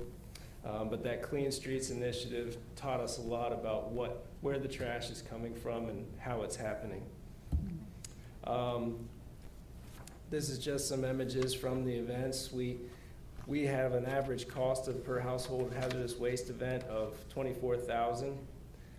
We held the first one, at our Public Works compound, and the attendance broke all the previous records. We actually had 139 cars attend the event. That was good. Now we've gotten that cost down to $16,000, and that includes our DPW staff costs. So we're saving over $7,000 an event. And we will continue to have as many household hazardous waste events as we can afford. Looking at what we actually collect during these events, these are all the materials on the left that we're actually able to collect at an event like this. Propane containers, I guess that's pretty popular. Like, a lot of people don't know what to do with propane containers. And you can actually refill them for anybody interested. There are places in Manassas that will refill a propane container if you don't want to participate in the exchange. But we've actually 65% of the materials collected were recycled, and that's a positive. But 18% of what we collected was fuels, or fuels blend, and then 12% of it has to be incinerated. Looking at the bulk waste collection, these are when people call in and they have things that will not fit in the normal trash. 1,154 total bulk items in FY23. 560 of those were furniture and 365 were bedding. And only 72 were appliances, but again, TVs and things like that that contain mercury can't be picked up through this program, so those have to be treated specially. Solid waste, glass, and cardboard recycling, we now have Purple Can. And we also have, the dumpsters are available at Signal Hill Park. We're still working on getting more of these recycling dumpsters throughout the city. But we actually have a cardboard recycling dumpster and the glass recycling dumpster, the Purple Can Club dumpster. And the modifications and purchase cost of that was $7,500. The Clean Streets Initiative, I have some pictures, do not have the videos in here, but you know, we did follow around with Patriot while they were doing their collections, sort of did it on the down low so we weren't noticed, to see what exactly was going on, why trash would wind up on the streets. A little bit of it is, you know, the side loader arm and the top load machine, but a lot of it too is the way that residents would put their things in the bins. You know, anything loose is going to be subject to blowing away when it's being dumped out of the can. So we learned a lot from that program. Transportation activity for FY23. There's a lot of data here. I will let you ask me questions afterwards if you want to look. I'll just try to hit the highlights. Of course, you know, $2.5 million total grants awarded, and this is including the 28 project, which technically is not in the city limits, but we put in all the effort, so we're going to claim the grant. $36,752,213 in total grants money. That's pretty impressive. And again, 24 million of that was for Route 28, but all in total, a little over 8 million for the VRE garage, and that's also very impressive. That was a frantic effort to get that last 6.1 million, and you know, everybody's happy that we didn't have to maneuver funding from our budget to finish funding that project. Very. Total transportation projects. This is more of the July 2021 to present because nothing happens in a year in transportation. But the Connor Drive extension, a little over 2.7 million in cost for that project.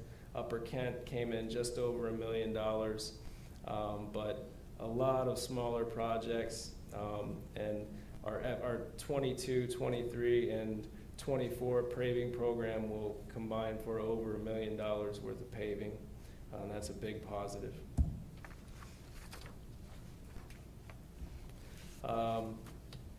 Looking at our Route 28 Centerville Road efforts, you know, we did, we have worked to get the actual innovative intersections project moving, but you have the I-66 Route 28 intersection improvements which were completed. Fairfax County widening is ongoing, and I think we're all familiar with that project. It's been a bit of a nightmare, but it's going to be nice when it's done.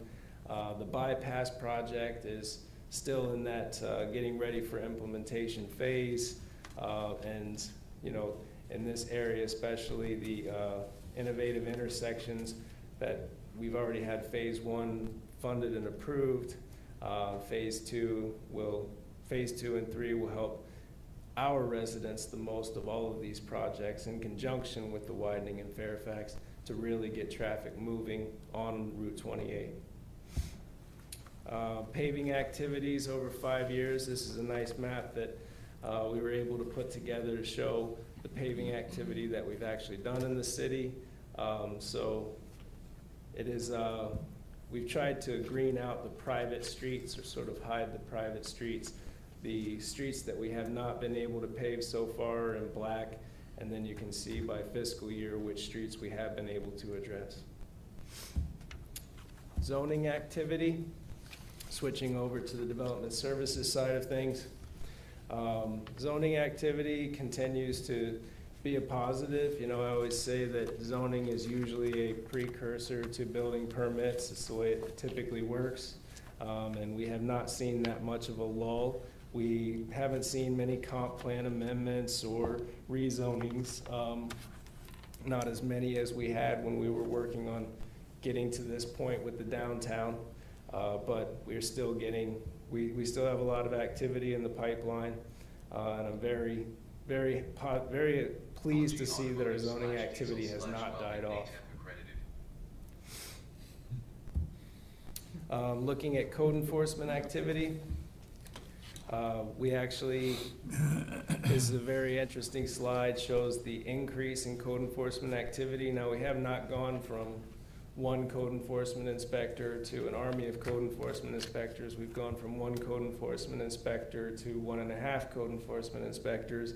But to see these numbers drastically increase really shows where our focus has been. And 200 cases in 2018, but 1,338 cases in FY23.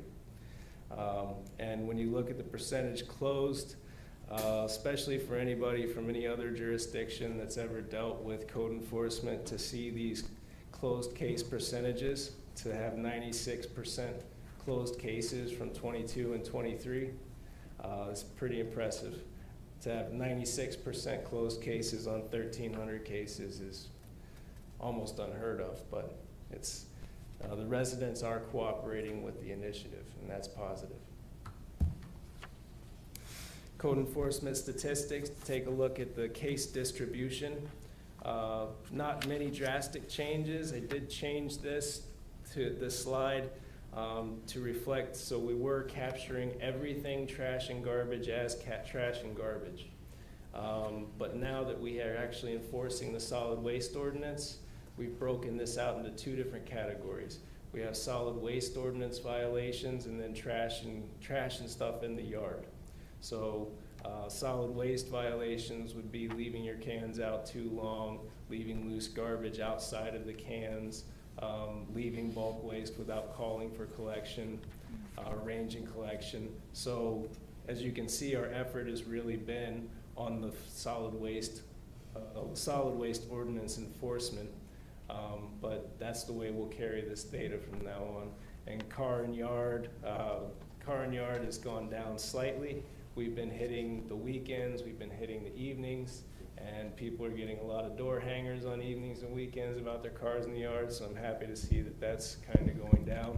And just to note though, so 23 is based off of 1,300 cases, so these percentages you can see, so even though solid waste, you know, pretty similar to last year as a percentage, the totals are dramatically more because you're going from 400 to 1,300 cases. Yeah. But improper domestic storage is always going to be, improper domestic storage and grass and weeds are always going to be your 2 major ones outside of solid waste. Those have never changed. That's, grass and weeds will massively spike during any housing crisis, and you know, improper domestic storage doesn't sound familiar to most people, but it's anything that's not supposed to be in the yard that's in the yard. This is our code enforcement coverage map. This is using the AVL technology that is in, this is just one of the cars, our primary code enforcement vehicle. We have another vehicle that we use from time to time, but that one is shared with the assessors, so it's not, wouldn't be accurate to show that vehicle at this time. If we get another code enforcement vehicle, we'll show its activity too, but this was just 1 month, from June 1st to June 30th. And this is, you can see every single street in the city was hit, and the dots represent stops. So the coverage is all over the city and the stops are throughout the city. We did start our inoperable vehicle towing, so we have some nice images of that activity.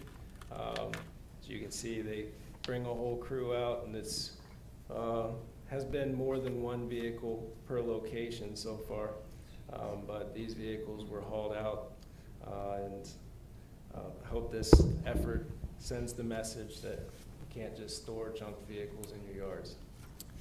And if there are going to still be some inoperable vehicles that we're having legal challenges, obstacles, I'll just leave it at that, that are blocking the tow truck from doing the work. So if you notice that there are some still, they're definitely on our radar, and we're trying to figure out how to get them towed, but there's some that we're just not going to be able to due to roadblocks that I don't want to share publicly because I don't want to encourage everyone to use the same method.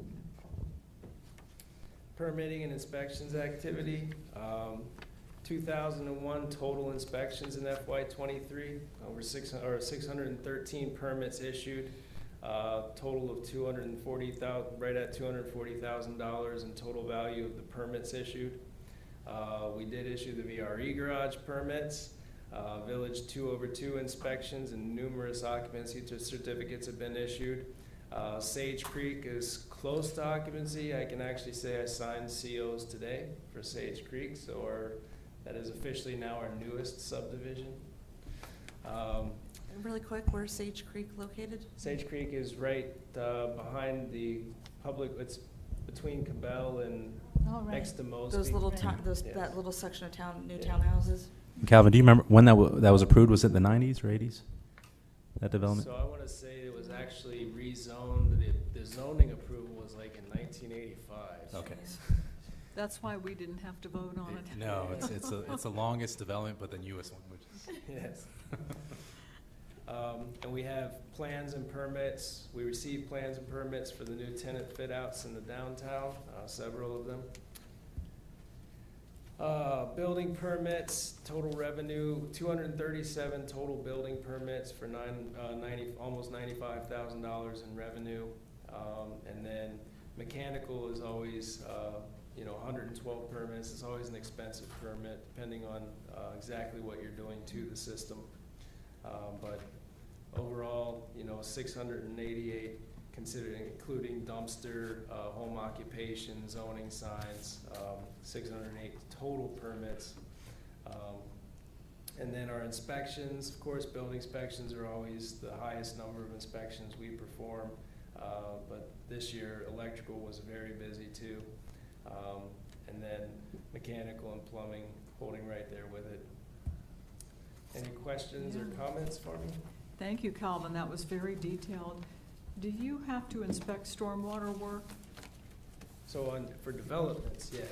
Okay. But that's not my building inspections of the Development Services Division. We have a site and stormwater division.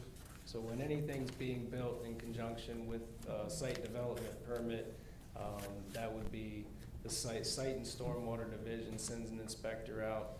They inspect per our public facilities manual, per the stormwater regulations, and then that eventually becomes ours to maintain usually. Water, sewer, stormwater.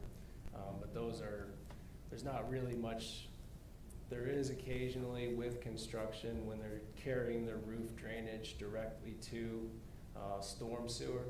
That's about the only time that a building inspector would ever have to look at storm drainage. Okay, so that would be miscellaneous then? No, we don't. So that data can be captured in Asset Essentials. We're still working on the difference between locations and assets, and Alan has been working diligently to get all of our storm ponds and stormwater infrastructure and everything into the Esri system so that we can switch away from using locations-based reporting for stormwater and start using asset-based reporting for stormwater. That's where they can just click on a map and everything is in GIS, and they can just click the asset on a map and say, I inspected this. Now, the one thing that we're still struggling with is, like what you're saying with new development inspections, is how to actually get that stuff into Esri in time to inspect it. Because we get the site plans in, you usually like to put as-built surveys after it's already completed into your GIS software, but we would like to start taking site plans and getting layers put in there for inspections it really helps to show exactly what segments you've inspected, and that way you can take a holistic look and say, did we miss anything on this new site? Is there anything that we actually didn't look at? Yeah. But those are always challenges because we don't have a GIS department. So right now we're happy just having written inspection sheets for what we inspected and marking up a paper site plan to capture that activity. Okay, thank you. Comments? Yes, ma'am. So a couple questions. Using very I should say unscientific reasoning, and I'm using the walnuts in the backyard. There's a whole crop of them. They're quite large, which indicates that there's going to be a pretty awful winter. Like I said, unscientific, but it's proven me correctly a time or two. How are we shaped for winter in fiscal '24? I know that last year there was some issue getting some staff. Are we still in that situation? And I imagine we probably still have a number of the salt, since we had next to nothing. Yeah, we fill our salt, so just because of the way the price of salt fluctuates, it tends to fluctuate in that upward direction, we fill our salt shed at the end of every winter. Okay. And that just saves us, because we know salt's probably going to be more expensive when next winter comes around, so we go ahead and fill the salt shed before spring.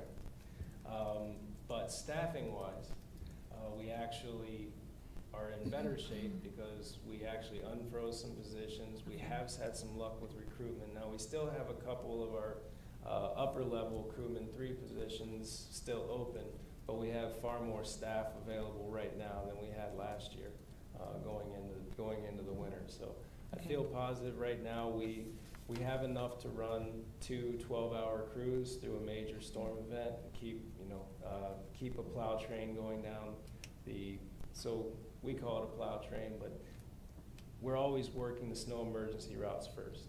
Right. And during a major snowfall event where you're getting massive amounts of snow, we might not hit side streets for quite some time while we're working Manassas Drive and the other snow emergency routes.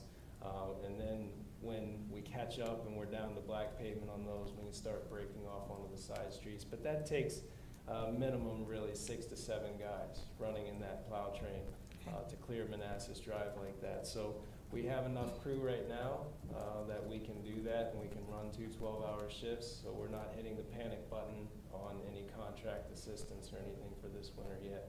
Okay, thank you. And all the weather people are saying that El Nino is a low snow year. But that means we're going to get hit. Between that and, like I said, the crop of walnuts in the backyard, we're going to get hit. All right, thank you. No follow-up? No. No, okay, yes. Have we hired any part-timers? No, we haven't had any luck with the part-time recruitment, and I imagine probably our first luck with that might come next spring as college is letting out,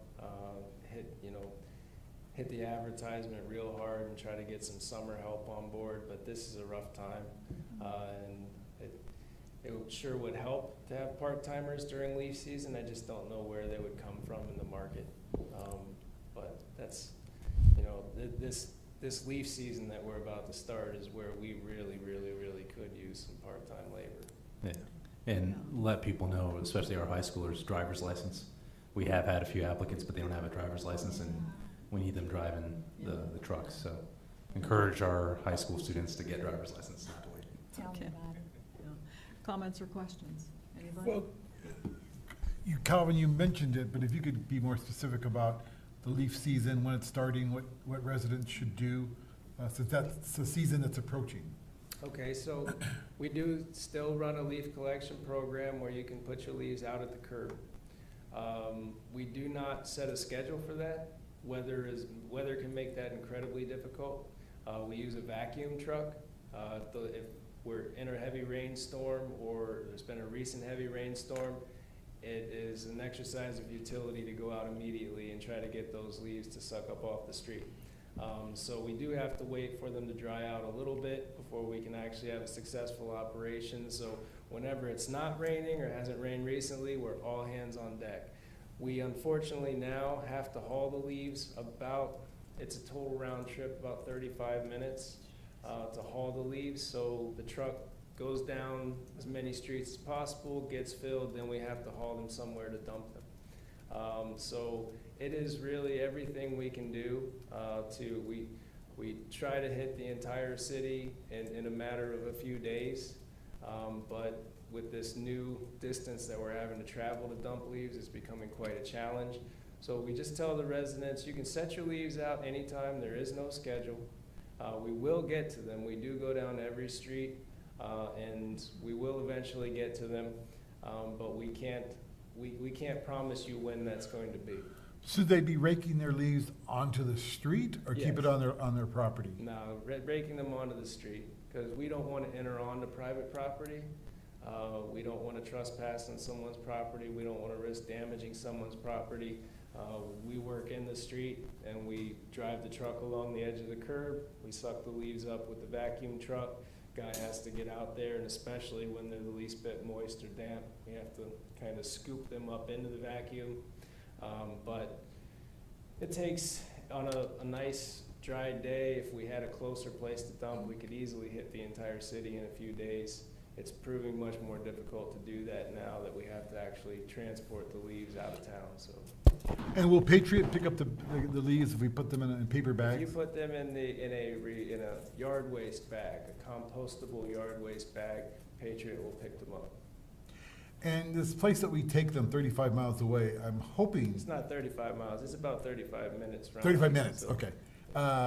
It's a recycle center. They're making, So we've been taking it mulch. to a composting facility where they're doing soils, they're doing topsoil, they're doing compost, they're doing mulch.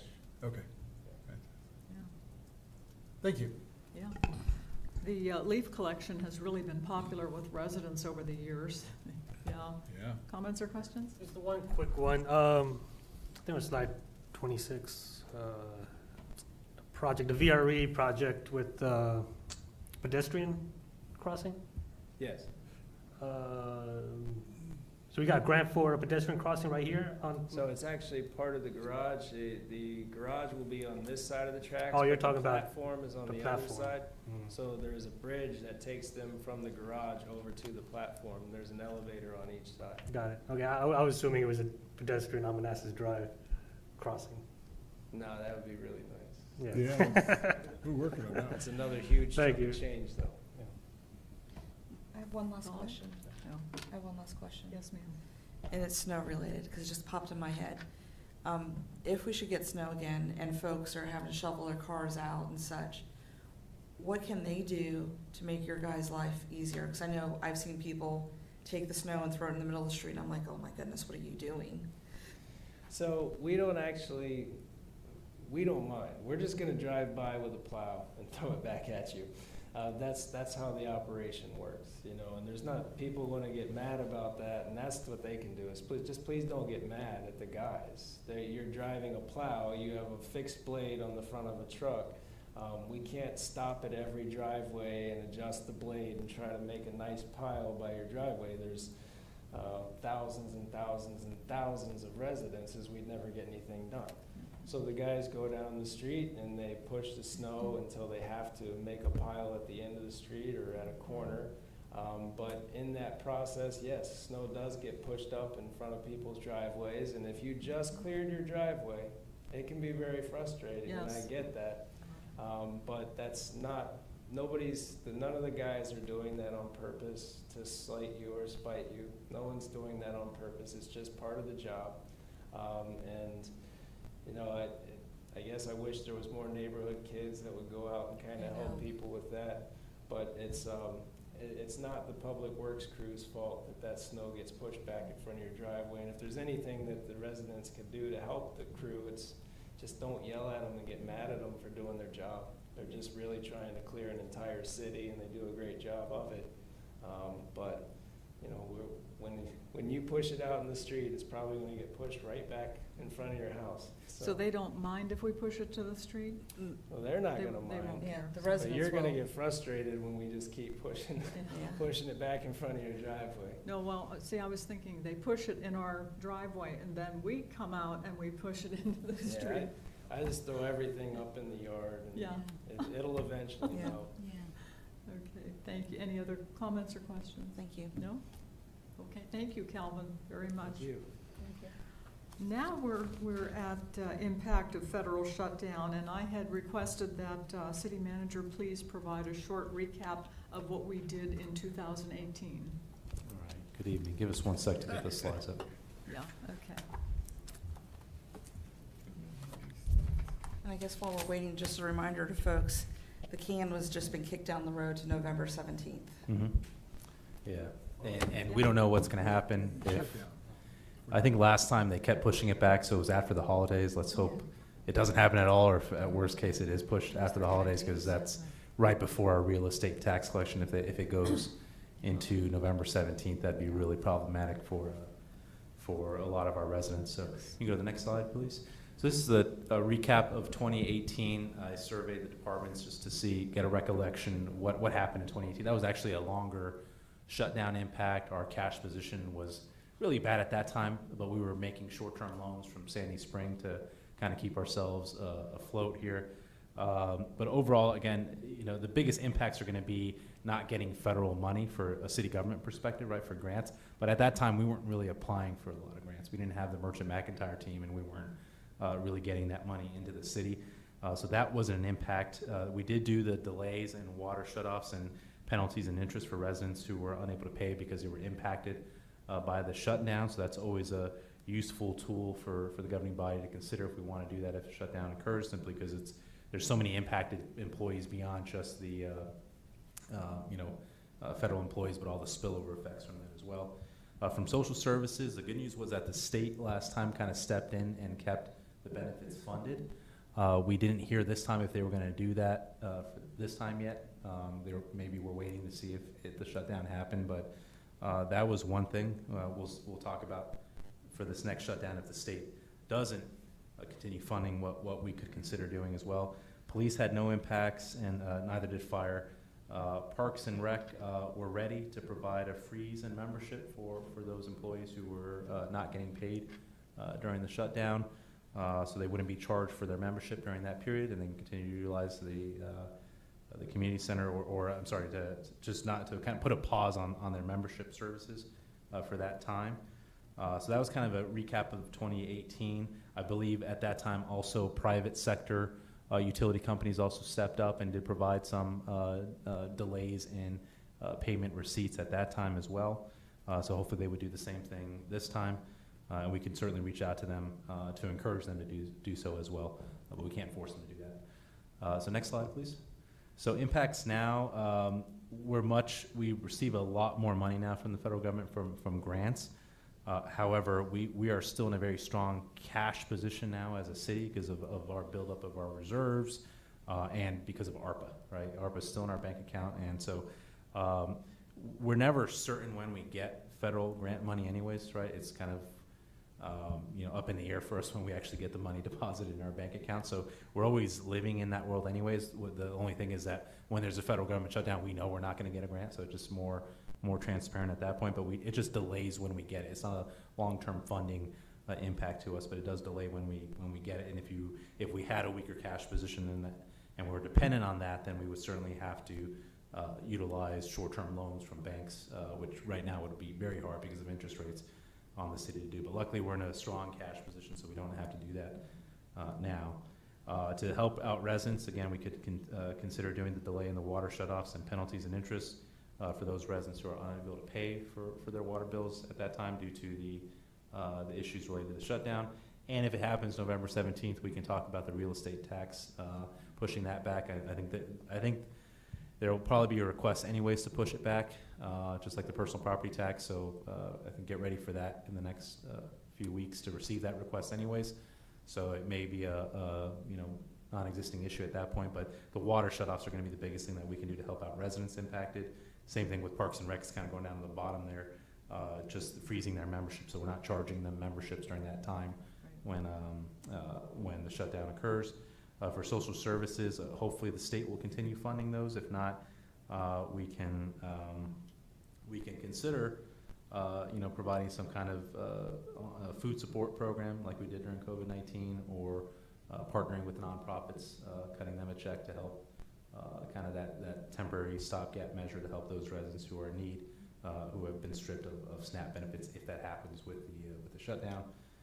For police and fire, the big ones, again, we've gotten a lot better at winning grants, but some of our employees are paid through COPS grant and the SAFER grant now for those new firefighters. So that would be a cash impact on the city. But again, we're strong enough cash-wise now that we can certainly handle those temporary impacts. Now, if they stretch for months and months, then you're going to have a problem. But probably the whole country will be in a problem if a shutdown extends for a few months. That's probably why we should probably put a cap on the amount of funding that we're willing to provide. For if we have to dig, you said we're doing very well fund-wise. Oh yeah, but I wouldn't want to furlough our employees simply because we're not getting federal grants. I don't think we have to. We have a strong cash position. I'm saying for what we provide for the food support. Oh, you're talking about for the food? Yeah, Yes, that's purely yes. optional that for you all Yeah. to consider. But we'd want to come back with some more data on how that would occur. Right, I'm just right. listing options right now. We're not Okay, going okay. into specifics here of what would occur. But I'm saying when we do decide what we should be spending, there should be a cap on that. Sure, yeah, Yeah. absolutely. I would have a fixed amount that we Yeah. provide Okay. a nonprofit support for to help cover Yeah. cover our residents during that time. Yeah. Yeah. Okay. And so that's it. That's all I have for potential impacts. So again, Okay. it's pushed back, like Councilmember Hampton said, to November 17th. There seems to be a lot of turmoil right now. I think the Speaker of the House got tossed out today as well, so I'm not sure what's going to happen here in November with that. And but hopefully it doesn't happen, or hopefully they push it until after the holidays to not do it right before Thanksgiving for federal employees. That would not be a good thing to do. Yeah. That's all I have. Okay. So, Okay. I think we have until the last meeting in October to think about what direction we would like to take. It would be nice to have suggestions. No, you have till the second meeting in November, or we don't even know then, because November 17th. Yeah, what I meant was, it's not that that's a deadline, but it would be nice if we could be thinking about it and provide some suggestions by the second meeting in October. These would be the suggestions. The only one I would hold off on is the food support, because Yeah. I would make that decision real time if a shutdown actually occurs, Okay. and we hear from the state that the state's not going to cover it, then that becomes a decision point that we have as a group. Yeah. I mean, everything else I would, these are my recommendations. We delay water shutoffs. Penalties and interest for water. If it happens in November, we delay real estate taxes. So the problem is November 17th, we would probably have to have an emergency meeting to kind of actually enact those things, because some of those require, like the real estate one, it might be pushed back anyway, so you may not have to, but if we didn't push it back and November 17th comes and we have a government shutdown, we may just have to have a special meeting to take some official governing body actions at that time. November 17th, Yeah, okay. and that is after, hold on, let me check here. That's, We have a I'm meeting sorry, on what? we have a meeting on the 8th. Yeah, This is the 14th. Yeah, so we don't have a meeting, because the 17th is literally the Friday before Thanksgiving. okay. So it would be very hard Yeah, to respond to that. Would be very difficult, Yeah. yeah. But you're certainly welcome to provide me direction for other Yeah. items for what you'd want to do, That's so what we I can be was ready. thinking, Yeah. that we could provide direction, either through Yeah. email, through tonight, or through email, Yeah, if we have time to think about it, you know, I think giving our city manager the emergency discretion to do some things, yeah, I feel comfortable, so, yeah, yeah. absolutely. So, Can you recommend a cap? Sure, I'll come back with like a budget, sure. Yeah. So it's more of not a question or a recommendation or suggestion for us to discuss. What if we sent an email to our member in the House of Representatives and to the two senators, and mapping out the impact of a shutdown, what it would take not only on our residents but on the city itself? I don't remember what committees they're serving on, but yet it could, if anything, at least maybe they could pass it around to their other members. I would have absolutely no objection to that. I do think that they probably already know. I think everybody has a good idea what that's gonna do. They've been talking about it on the floor of Congress Right. consistently, you know. But I'm just thinking, at least it's out there, it's public. Yeah, worth a try. Right. What's the worst that Absolutely. can happen? Yeah, yeah, yeah. I think even having this conversation, and it's public, also lends to the, I mean, that's really gonna make a big impact up on the Hill. Yeah. But if more jurisdictions have a conversation like we are, Uh-huh. then their representatives Yeah. will start to listen. Yeah. So, did you, Laszlo, do you want to generate the letters? Yeah, I can just take some of the data here, craft it into a letter to the senators in the House for your signature if Yes. the rest of the governing body's okay with that. Perfect, yeah. Is everybody okay with that? Yes. Okay, super. Any other comments or questions, suggestions, anything? Okay, super. Thank you, Laszlo. That was very good. Okay, do we have anything else for the good of the city? Okay, there's no closed session. Do we have a motion to adjourn? Second. All in favor? Aye. Opposed, abstained, motion carries. Thank you, everybody.